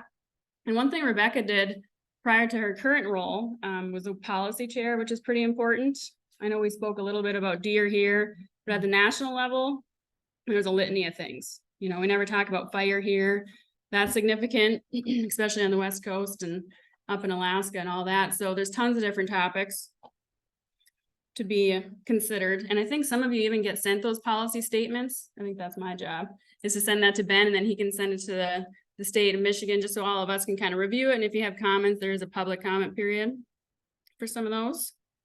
Also, we have the Michigan SAF, there's also Minnesota, there's every state, right? So at one point during the year, maybe twice, it's called the House Society of Delegates, where folks get together and kind of share, what are these different states doing? What are the success stories?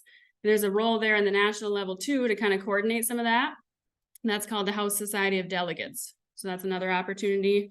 And I don't know when all these turn over. I heard Chris say this morning, the board usually has a turn every 3 years, give or take. So the length of commitment for these varies. But if you have anything specific, feel free to come up to me. And a couple people already did, which is great. So what I don't know, I can definitely find out for you. And last, nearest and dear to my heart is the YP role. That's what I did last year. And I think we already have a candidate from this region, a pretty solid one that I hope gets selected. But this one too, it's only a year. which is kind of good because what I'm currently doing, what Tara did, it's 3 years. It can kind of be a lot. I will say that SAF's great when it comes to work-life balance and, you know, understanding that work sometimes comes first. With this YP role, like I said, 1 year commitment, you get to attend all the board meetings and kind of do a lot of mentoring. So happy to answer any questions relating to that one. It's kind of what got me here today. So yeah, those are the major ones. Any questions at all, feel free to come up to me.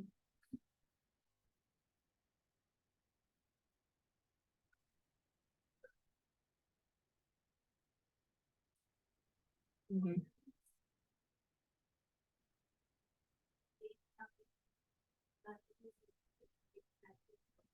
Mhm. You know, for the how you consider to get involved, you don't have to even have a committee chair if you don't want, and a lot of those chairs, a lot of committee Mhm.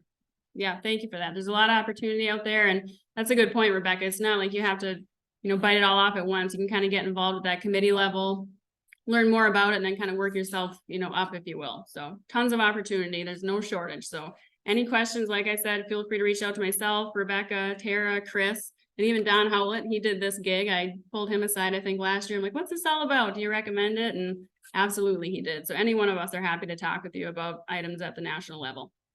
Thanks. Appreciate it. And YP stands for Young Professional, right? Yeah. Make sure. The last thing we'll do on the award side is just acknowledge all, you know, folks that have kind of milestone years of membership to the State Society. I don't know that we need to go through every single individual here right now. I think probably of special note are those folks that are 50, 60, and 70-year members. I think about 9 people are here today. Do we want to come up and do it right now? Let's get that out. If you're on the list and you have not already received your pin, because I think this might be like 6-month face or something like that. If you haven't received your pin, come find Mike Small again. We'll make sure you get your pin. But congratulations to everyone. Thank you so much for your years of membership and service to SAF.